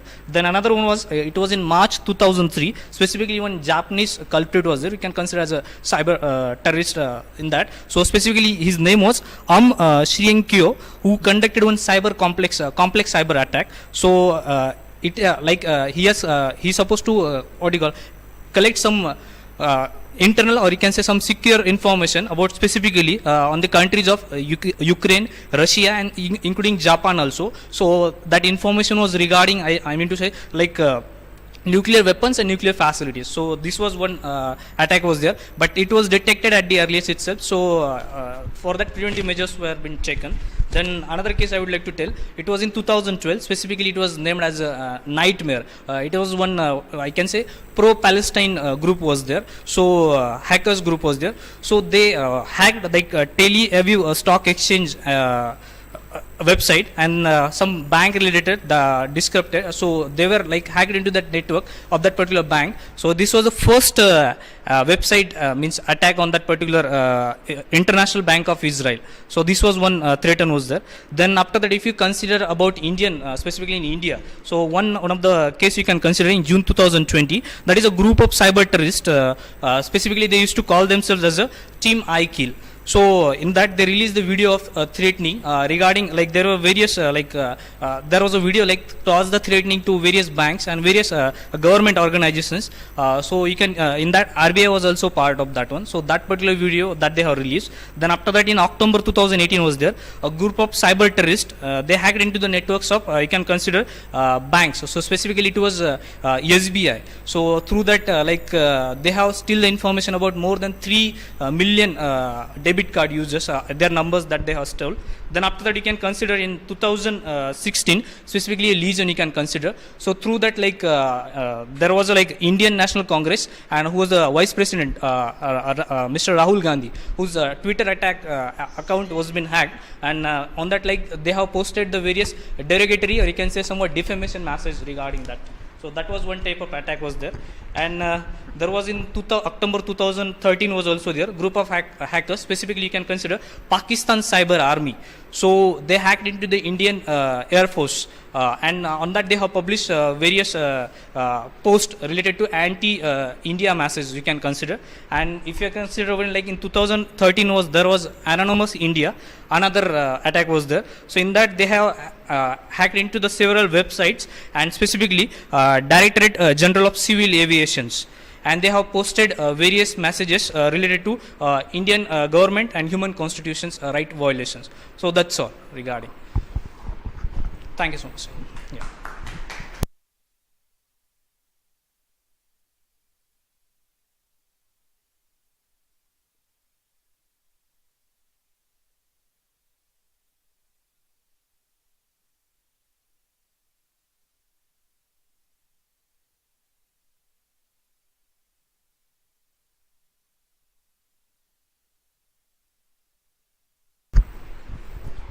Emerging Challenge in Cybersecurity, a study about the prevalence of cybersecurity in e-commerce sector. The stage is all yours. Hello everyone, my name is Hariharan and she is Abhinaya from DG Vaishnava College, and we both are doing third year Criminology in Chennai, and our topic is emerging challenges in the cybersecurity and a study about prevalence of cybersecurity in the e-commerce sector. Cybercrime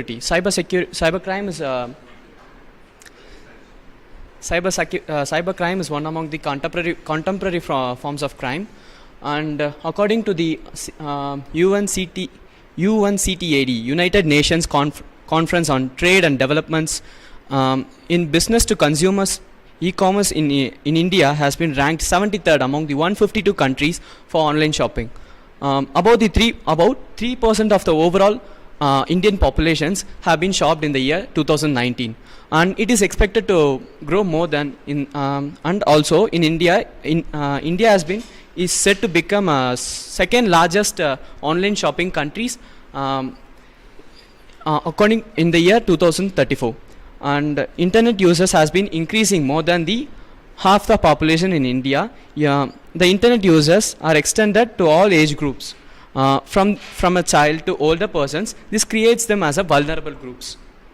The scammers targets those easy and sluggish users with whom the lacks of confidence while purchasing and selling products.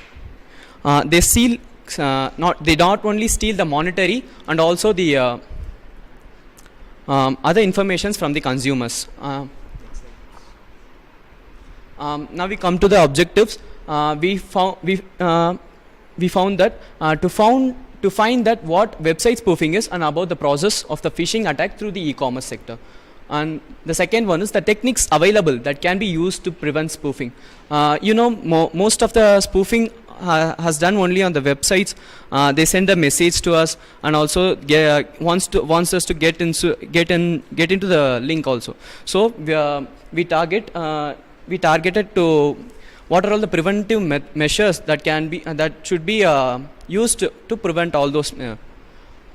The next one is to find the different techniques used by the scammers to exploit the users.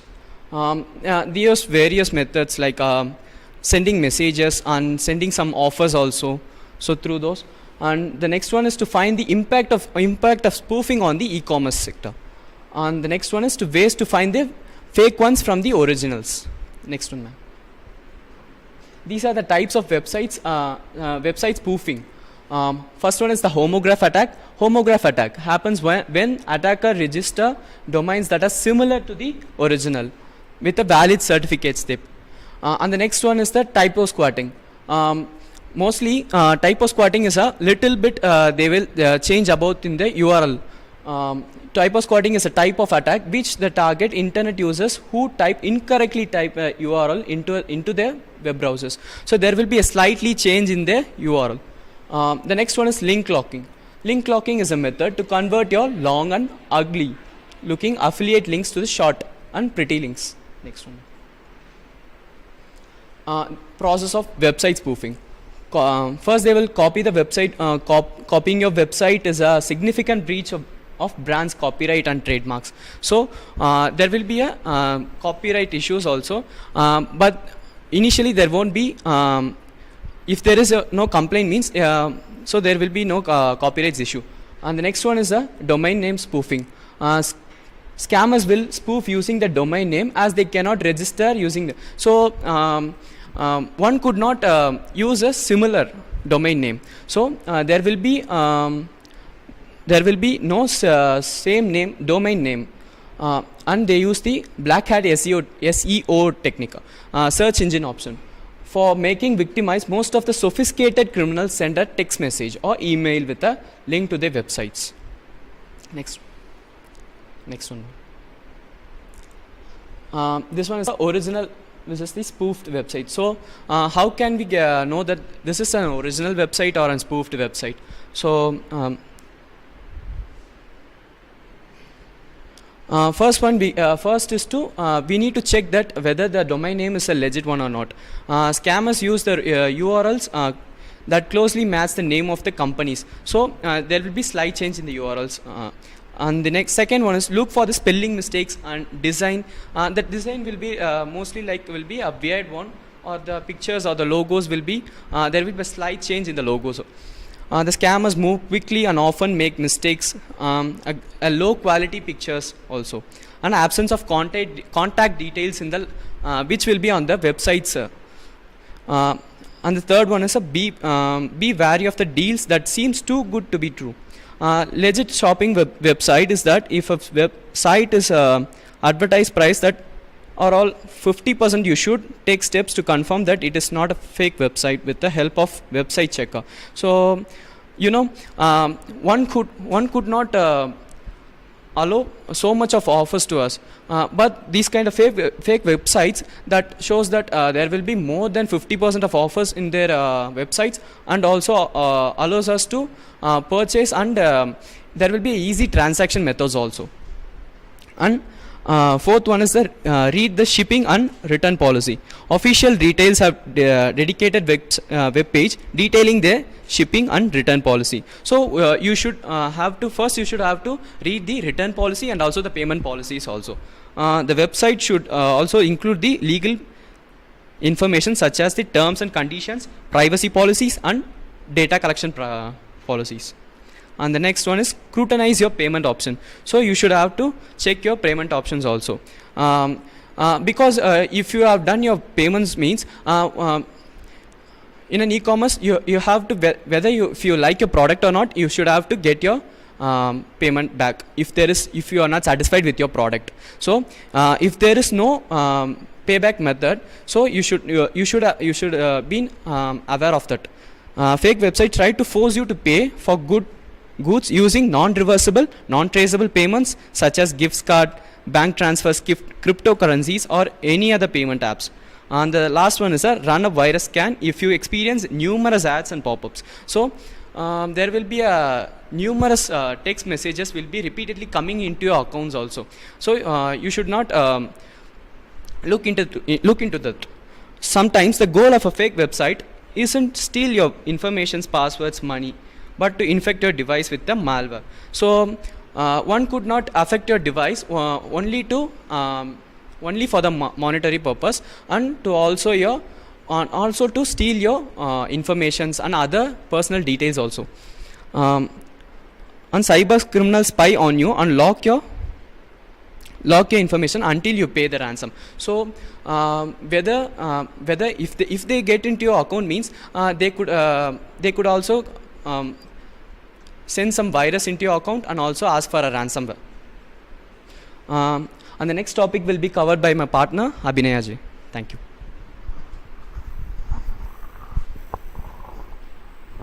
Moving on to the prevention, automated software like domain management software constantly scans the website to find suspicious websites that are similar to the original one. And registration of the trademark and copyright can prevent one from the court of law. The company must educate the customers and the consumers, employees regarding the sensitive information which the consumers have to submit or the employees has to look for it. Most companies will have a page in their website regarding any issues, security related or spoofed websites, something. So we have to report in that, which can prevent future attacks. Usage of dedicated browsers can give importance on security and privacy related issues.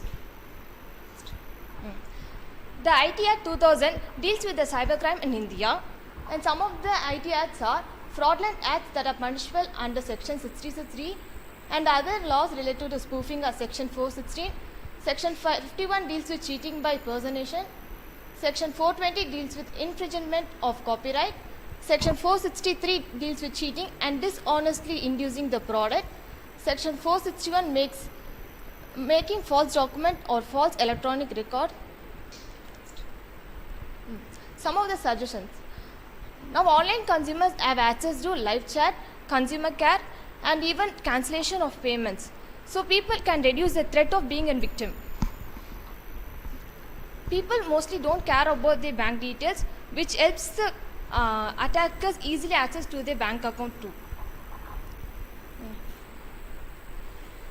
E-commerce companies should give an awareness to the people regarding the details they look for, which can avoid the threat of it. We must not download any ads which pop up on the websites, which automatically leads to any malware. And we must not be a victim of heavy offers and discounts, and we should not get attracted to that because it's mostly fake.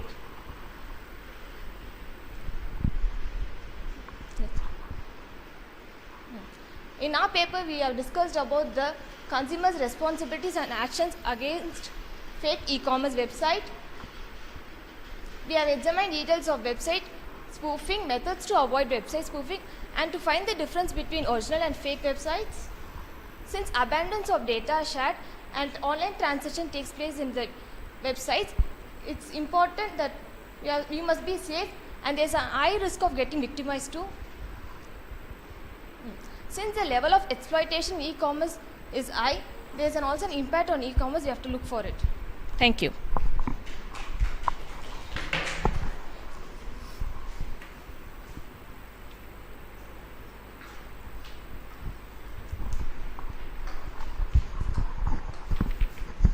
Thank you both. That was a very knowledgeable session.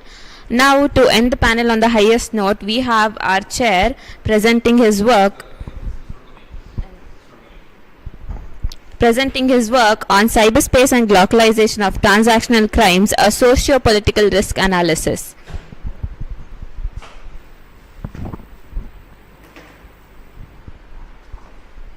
First, start from first.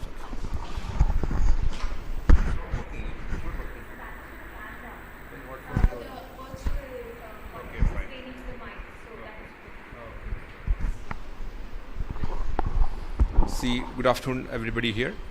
Before starting with my presentation, I would like to know how many criminology students are present here. How many criminology students are present here? Criminology.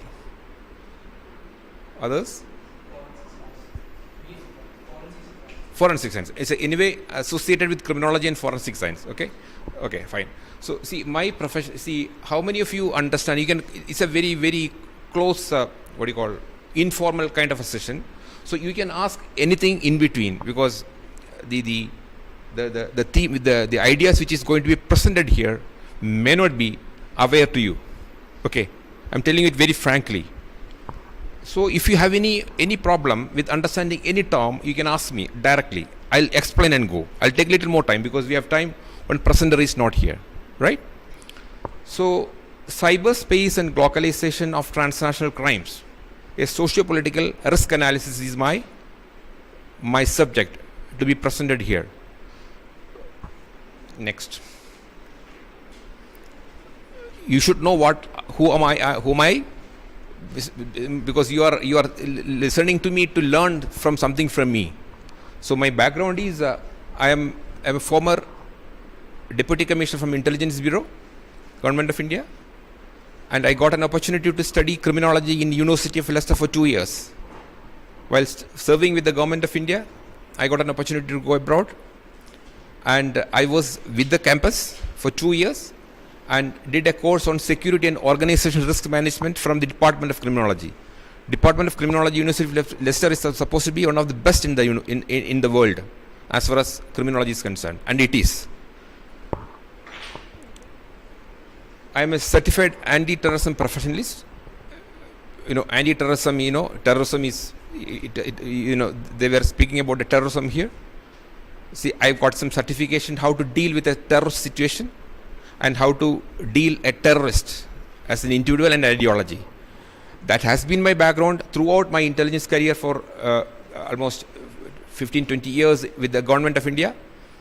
And it was the world of secrets. And my exposure and opportunity with the Department of Criminology gave me an opportunity to transform from the world of secrets to the world of knowledge in terms of criminology. Okay, it has given me a lot. And after my education from University of Leicester, I took VRS from the Intelligence Bureau and moved on to the corporate sector. I was heading some of the organizations on the national level.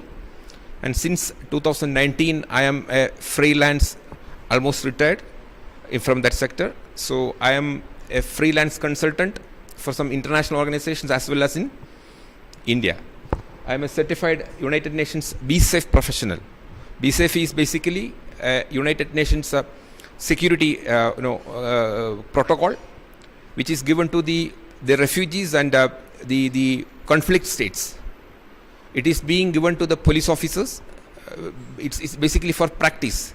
How it's not a theoretical one. It's a practical based certification wherein you are supposed to deal with a crime or conflict situation in a foreign country in peacekeeping missions. You must be knowing about peacekeeping missions. So BSAFE professionals are employed in peacekeeping missions at a national level to tackle the crime situation. I am the managing director for Security Risk Control Incorporated India, which we are involved into. We are basically involved in corporate risk management.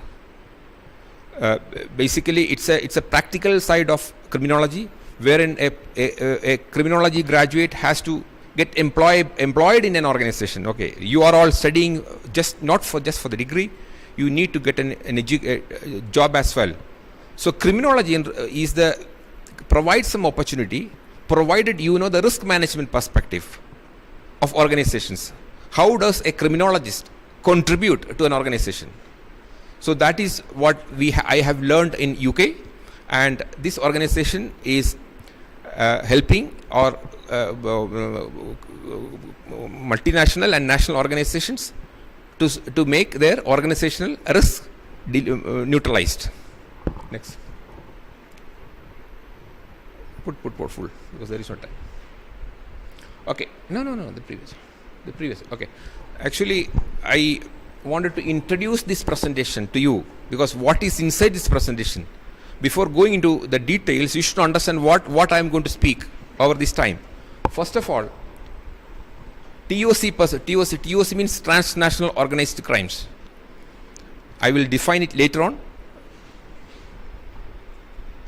In the digital age, what you have told the previous presenters here, what they have told is basically crimes. Most of them are transnational even, but nobody described it as transnational. That is the problem. So a drug trafficking or a phishing case happening in your village has got some connection in origin, probably in Antarctica. Nobody knows.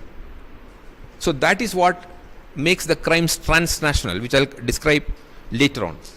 And this presentation gives you an idea how the digital space, a digital age, is facilitating such crimes. Second, internet and global access. We all know, I need not explain anything about internet and its global access.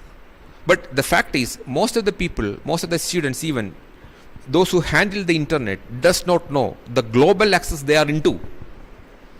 The moment you are getting in web space, you are being watched by many that nobody knows. So there is a risk factor. You may be thinking that as youngsters, most of you are at the age group of my children. So when you are entering into the web space, you conveniently fail to understand that somebody is watching or somebody can watch.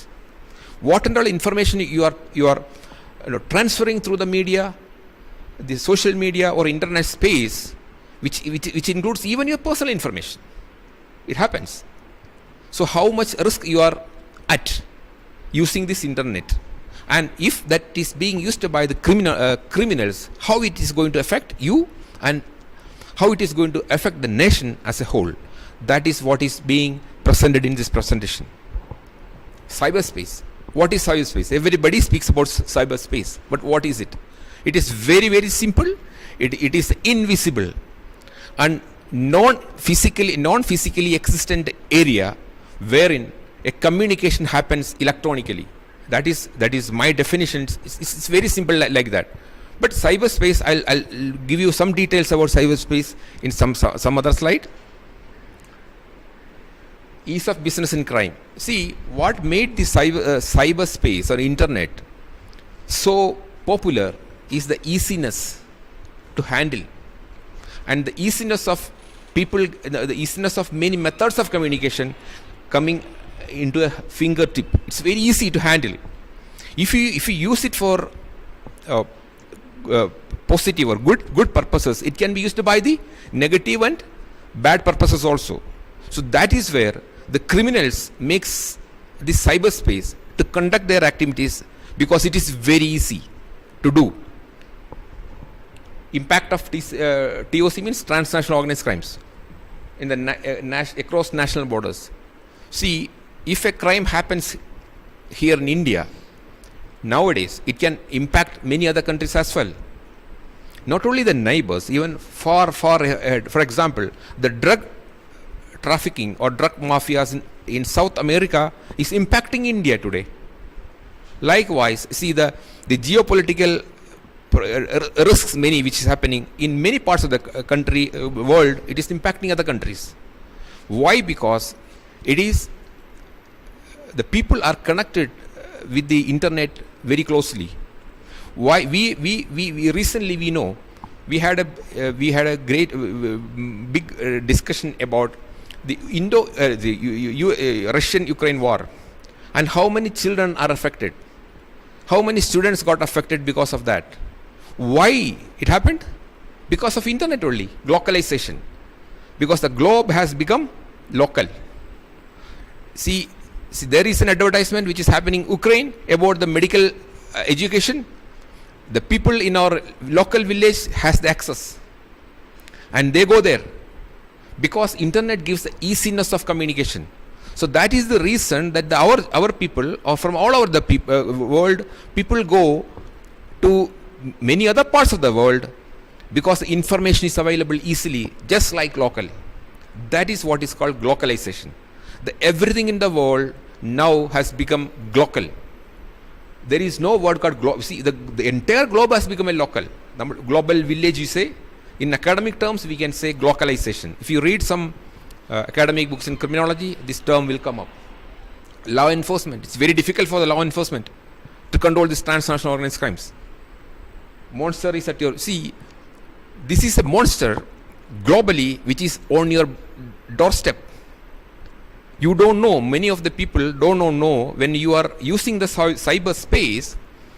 For example, the data collected by the internet or the cyberspace is huge.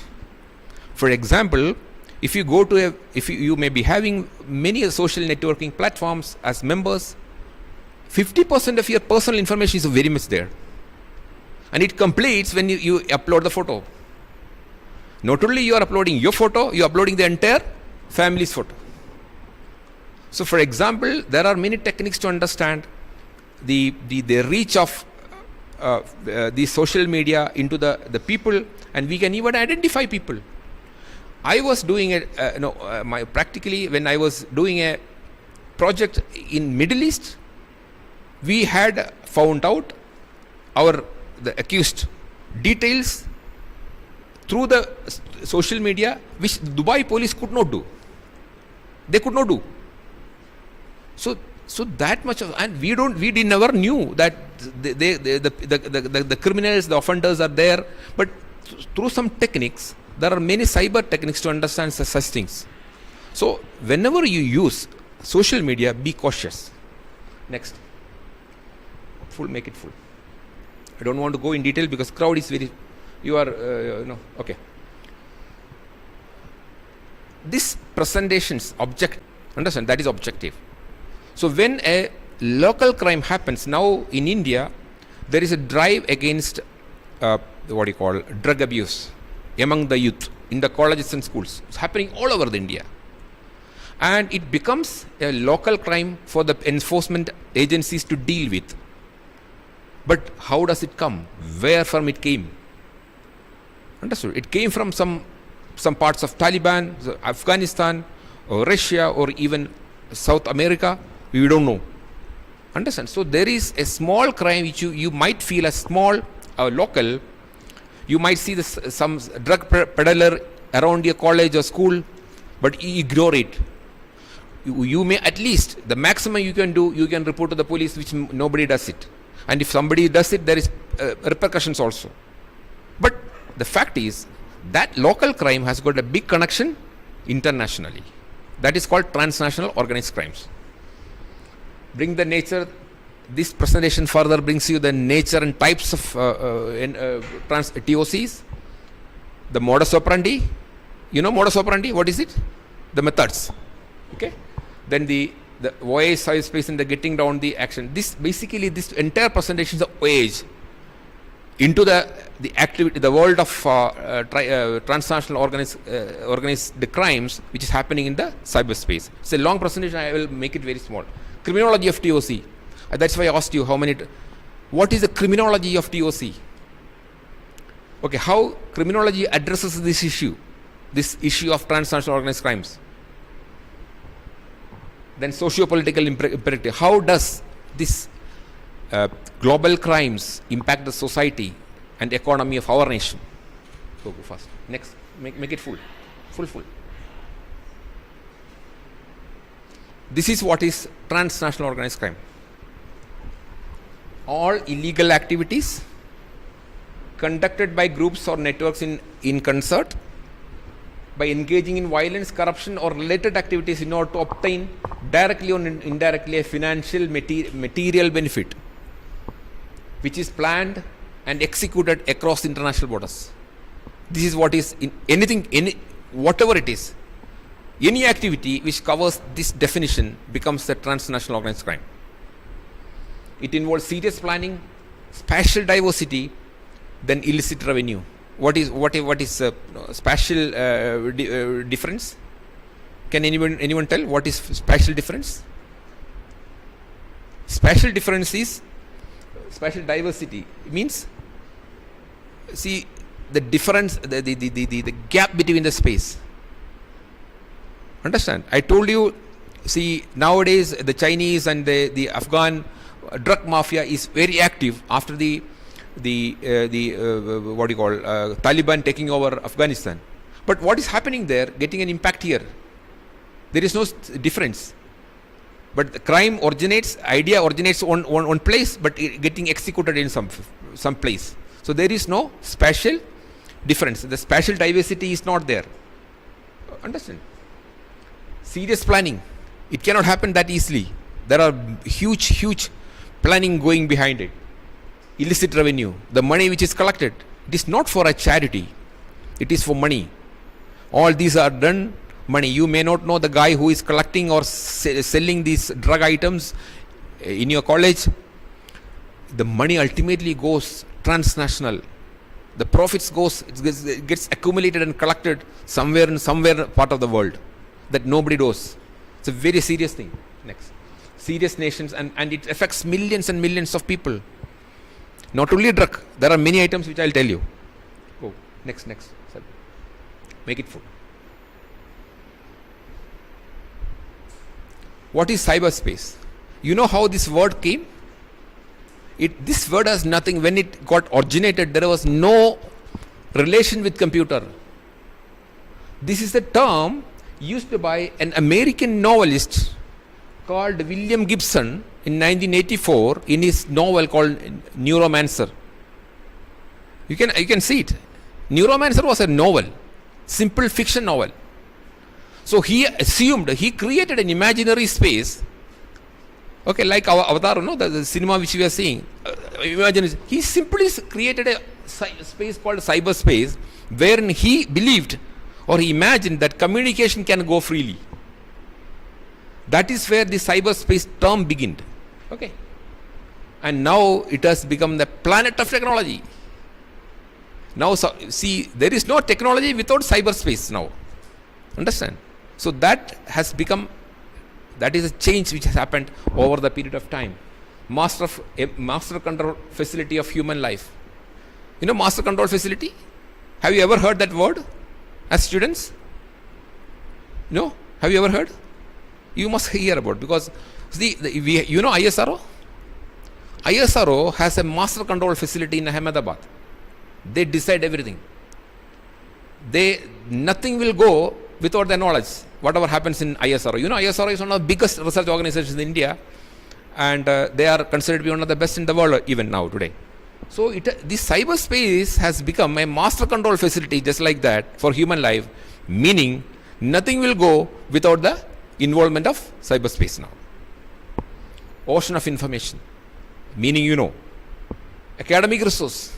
How many of you depend upon the internet for the articles?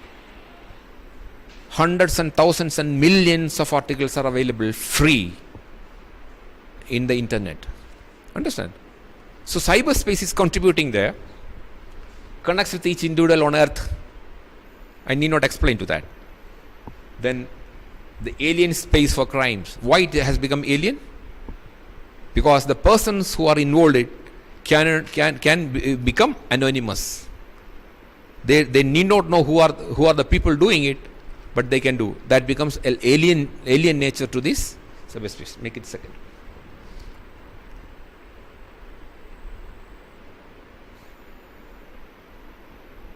Okay. Objectives and impact of TOC. What are the objectives of this transnational organized crimes? This is basically a criminology subject rather than a forensic subject. Understand? People, proliferation and profit. This is the first objective of TOC. They want to get maximum people affected or get involved with these crimes.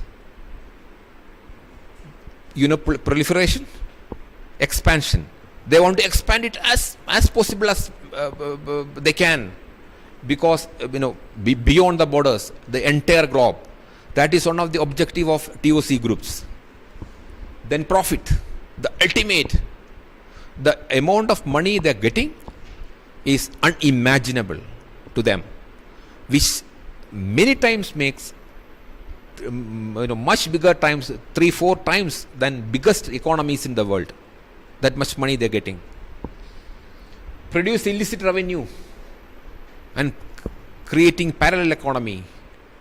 See, fortunately we are a strong economy, strong democracy, but there are many states in the world where the state is weak, the administration is weak, where these groups are conducting the nation, the state, the entire money, the revenue collected through this kind of illicit means, both inside the territory and outside the territory, goes directly to the people, not to the nation.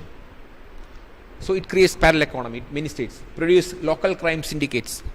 See, another factor is these transnational crimes, because of the money power, they create local people, local gundaism. You can say syndicates. You can see that. It creates in many nations. In India, it is happening, but it is controllable. But there are many nations in the world which has become uncontrollable. Supports insurgent ideologies. See, for example, if you have an insurgent ideology, which I don't want for example, some fundamentalist ideas, some separatist ideas, they need money. They also need money. So it is basically, for example, I create a movement to separate my state Kerala from the rest of the country. It is not going to happen. I'm telling you imaginarily thing, for which I need money. See, there are a lot of things. There are organizations which are working for this kind of activities globally. In India also there are many. You can see Naxalism, then the religious fundamentalist groups, separates. All these people need money, and they take the help of these people to generate money. Understand? So these people protect them. For example, if a drug peddler or a trafficking person, human trafficking person is seen in your premise, in your area, because he is being facilitated by somebody to do that, he will not do it just like that. So it supports insurgent ideology, social insecurity and anarchy. It is not affected in India because India is a very strong state, but it is gradually coming in, or it can create. That's why we are careful about it. Burdens the law enforcement machinery. It creates a burden, additional burden to the law enforcement, that is policing system and criminal justice system. Next. So you have to understand what is objective of this presentation. I will be going through these ideas, how it is going to affect. Methods of TSC. See, you cannot say any method. There are innumerable methods. It is basically based on the talent and intelligence of the handlers who does it, and they create. For example, selling or a drug is very common. That's why I'm taking very repeatedly that example. See, in a local environment, they have the freedom to select the methods in innumerable ways. There is no standard. Identification. First, they identify the target. Why they are going to the schools and colleges? It's a target identification process. There are easy targets, the young crowd. So they identify the targets. Who are the people? This is crime. I'll come. I will when the further slides comes, you'll understand what are the people, the crimes. Whatever is the crime, first they have to identify the target. Then infiltration. Once they identify the target, they infiltrate into that group. For example, in a college environment, there will be students or the people who are associated with the student life involving in this activity, so that they get infiltrated into that. Third is inculcation.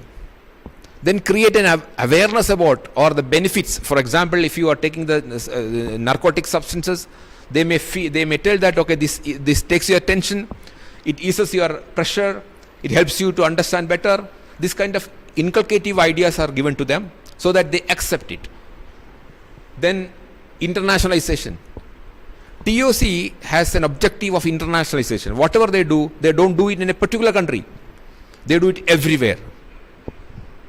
Then incentivization. The incentivization means they are getting money. Anybody who is involving with that, they get the money. They also get incentives. The lastly is information technology. They use information technology for entire methods of transnational organized crimes. Go next methods. Next one. Make it. This is actually what it is. All these are transnational organized crimes. Drug trafficking, which I have been taking repeatedly, means I'll take a little more time because this has to be explained. So drug trafficking, see it is, the drug, how it is made. Drug is made in some part of the world, and it is brought to the villages in India or anywhere. There is a method of logistics that is called drug trafficking. Human smuggling. What is human smuggling? Any criminology student can tell me about that? What is criminology? Human smuggling? Madam, can you tell me? You look to be senior. You have any criminology background? Yes. Then please. What is human smuggling?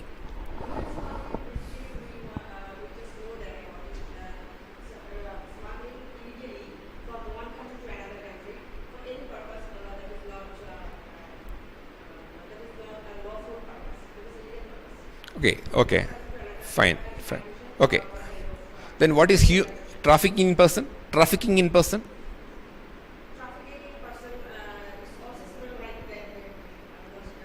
But there is a difference. I'll tell you. Okay. See, human smuggling and trafficking in person are looked to be the same activity, but it is not so. Both are illegal activities wherein humans are trafficked from one country to another illegally. Up to that point you are correct. But the difference is, human smuggling means it is mostly for immigration.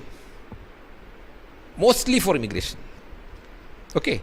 So if I want to go to America without proper documents, see, if you want to get immigration to a particular country, you need to have a set of documents and credentials. If you don't have that credential, you cannot go. Wherein these people will, TOC agents will come and they will promise you are studying here or whatever you are doing here. If you are in America or in France or whatever, or German, your life is different, your future is different. Understand? Incentivization and inculcation of ideas. So you also know it's a different country and life is different. So you will, I cannot go. So I will have to you pay some money to them and they will take you. And they will take you through some means, illegal means, mostly by kind of, with fraudulent documents, or with the help of high sea trafficking, ship trafficking. Okay, you are listening. So thing is, you are going for citizenship. You are not going for any illegal activity. You want to have a better living there. As far as you are concerned, It's a very noble idea. You are not doing any crime. You will not do any crime there. You will go there, seek asylum, and be part of that system and become a citizen of that country and live decently. That is human smuggling. But trafficking in person is different. That is what Madam has told. People are being taken for exploitation. Exploitation of many ways. Many ways. All exploitation which you can imagine can happen there. But at the same time, at the base level, inculcation level and incentivization level, both are the same. You will not know. Like the previous presenter has told about the fake websites. You will not be able to know who is the smuggling person and trafficking person. Both present the same conditions. Understand? But once you reach there, you will come to know. See, you may be reading many stories in Kerala, Tamil Nadu and Karnataka, wherein the poor ladies are taken to Dubai and are for jobs. Understand? For housemaid jobs or something. But once you land there, 50% of the people get it. But another 50% don't get it. They are exploited. That is all human trafficking. It's a transnational organized crime. It happens all over the world and it is huge money. Weapon trafficking, illegal weapon trafficking, intellectual property theft. Some people are making some intellectual ideas, some branding items, intellectual theft. It is being copied without the knowledge of the people and produced or marketed to some other people. For example, any product or any the information technology, some applications, then information, the computer technology, which is created in one part of the country by somebody, are illegally taken and sold in some other country. Understand? And they replicate it. Then wildlife trafficking is a major area wherein lot of money is taken. You can see the star, star tortoise, like small animals, birds, or even the animal products or animal parts, like the skin elephant, this thing, everything is being these are all big areas. Smuggling of heritage and cultural items. Recently, we have, after I think the new government has come here, we have recovered around 200 heritage items from different parts of the world. Recently, there was a news which was stolen. Cyber crime, again,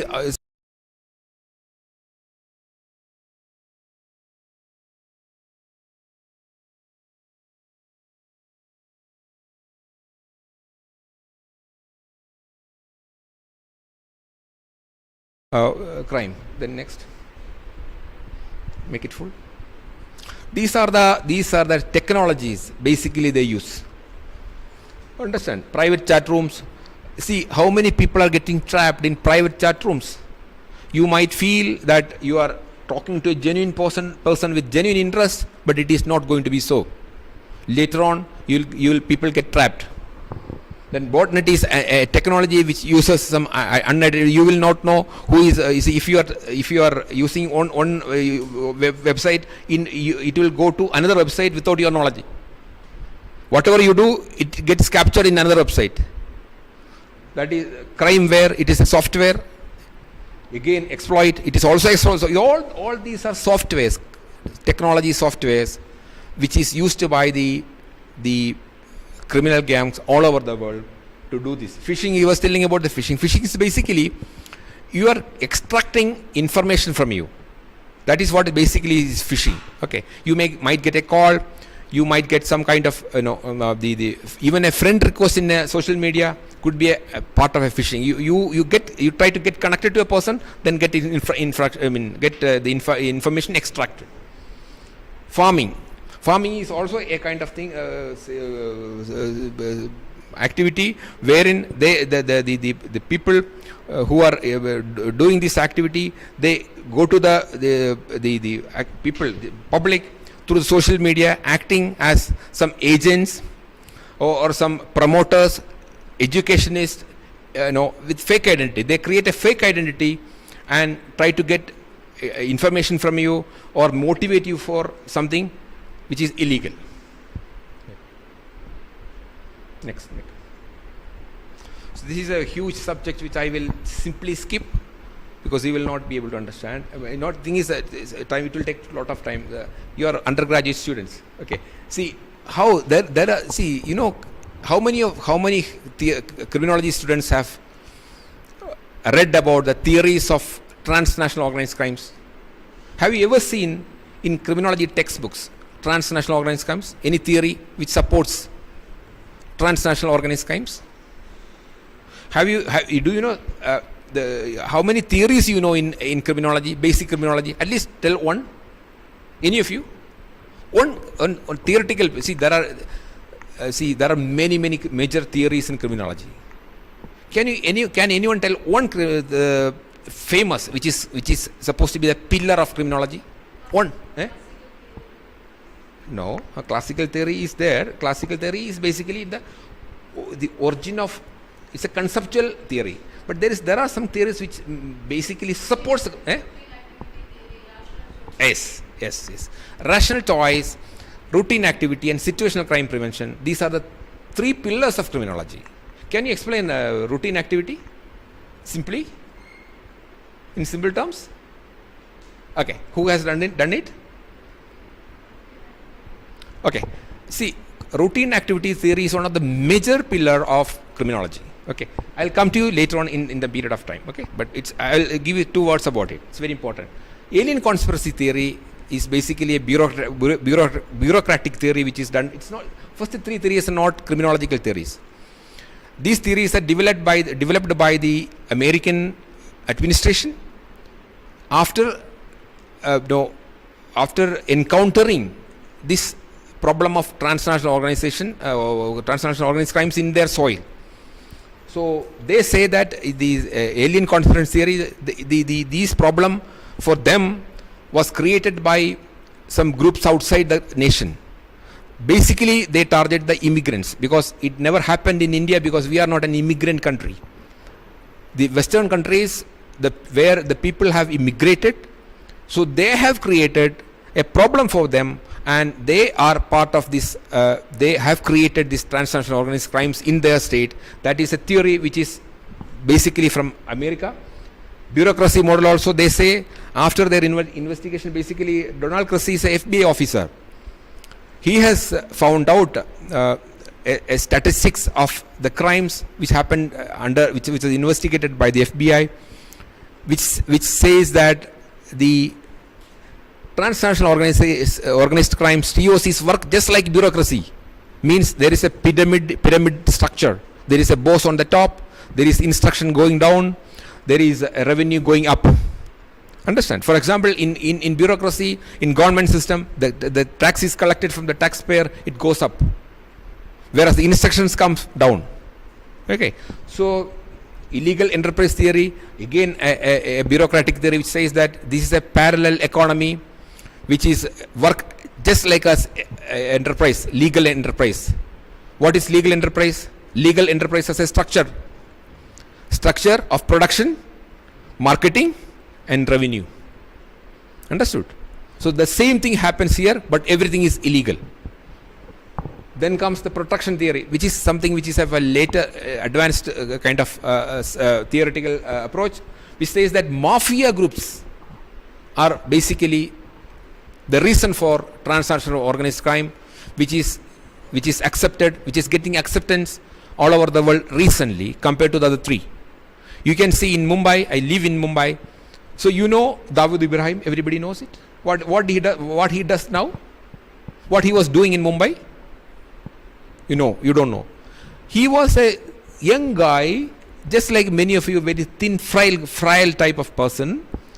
He went into the underworld, doing all kinds of local gundaism, extortion, and he grew up, got connected with the mafia groups abroad, and now he has become an empire. And even now, all over the world, his people are there.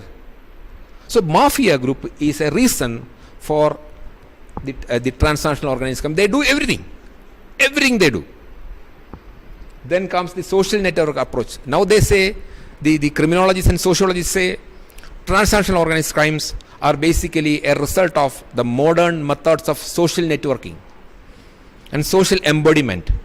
Because the reason is, the people, the access of ideas are getting closer.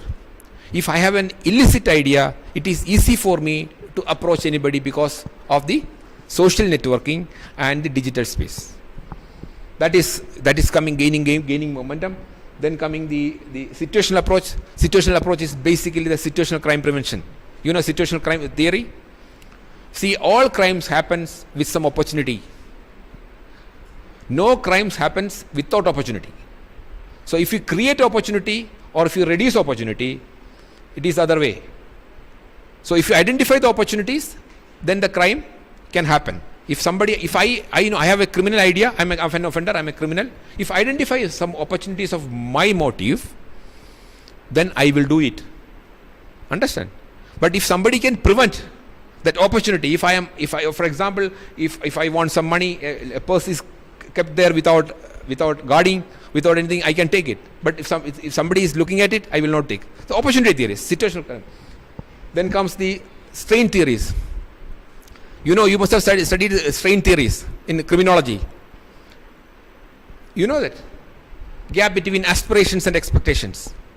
You are aspiring to be something, but you cannot do that. So you find some shortcut to do that.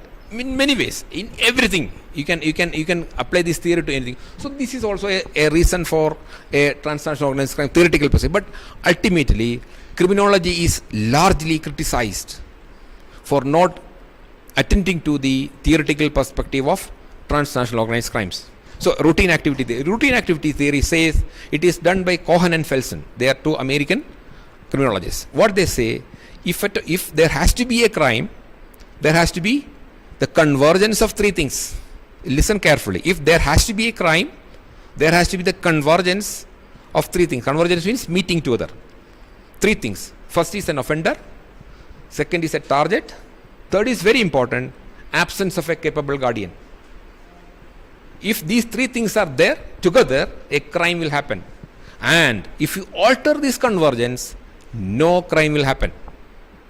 For example, from this convergence, if you remove the offender, the crime will not happen. Offender is there, the target is there, and if you introduce a guardian, then the crime will not happen. Or if you remove the target, offender is there, guardian is there, but the target is not there. So this is a very important thing. Rational choice theory is another thing. Merton has did what they say. When an offender does a crime, before doing that crime, he undergoes a rational choice of costs and benefits. So he undergoes a cost and benefit theory. If it is beneficial to him, if the cost is more than the benefit is more than the cost, he will do it.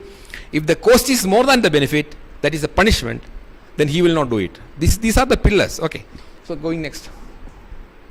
Socio-political risk, public health, local economy, crime rates, social insecurity, all those things. I can explain it, but I don't want to do it.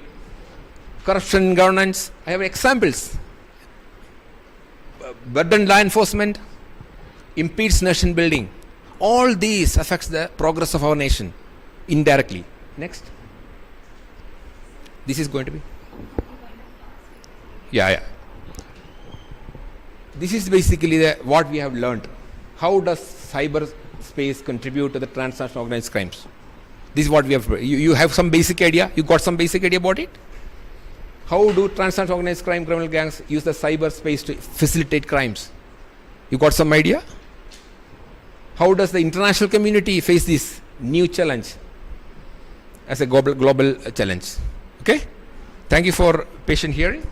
Okay? Thank you.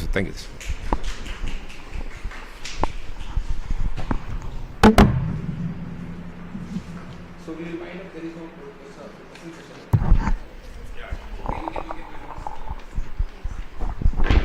Thank you, sir. That was eye-opening presentation.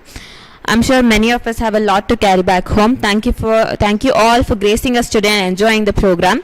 We would like to extend our special thanks to our chair, Mr. Suresh Kumar S. Nair, and our presenters for joining us and enlightening us about such an important topic. Once again, we are all very grateful to have you here. We would love it if you all could join us at the cultural program at 6:30. Thank you all for being here. It's in IEM auditorium.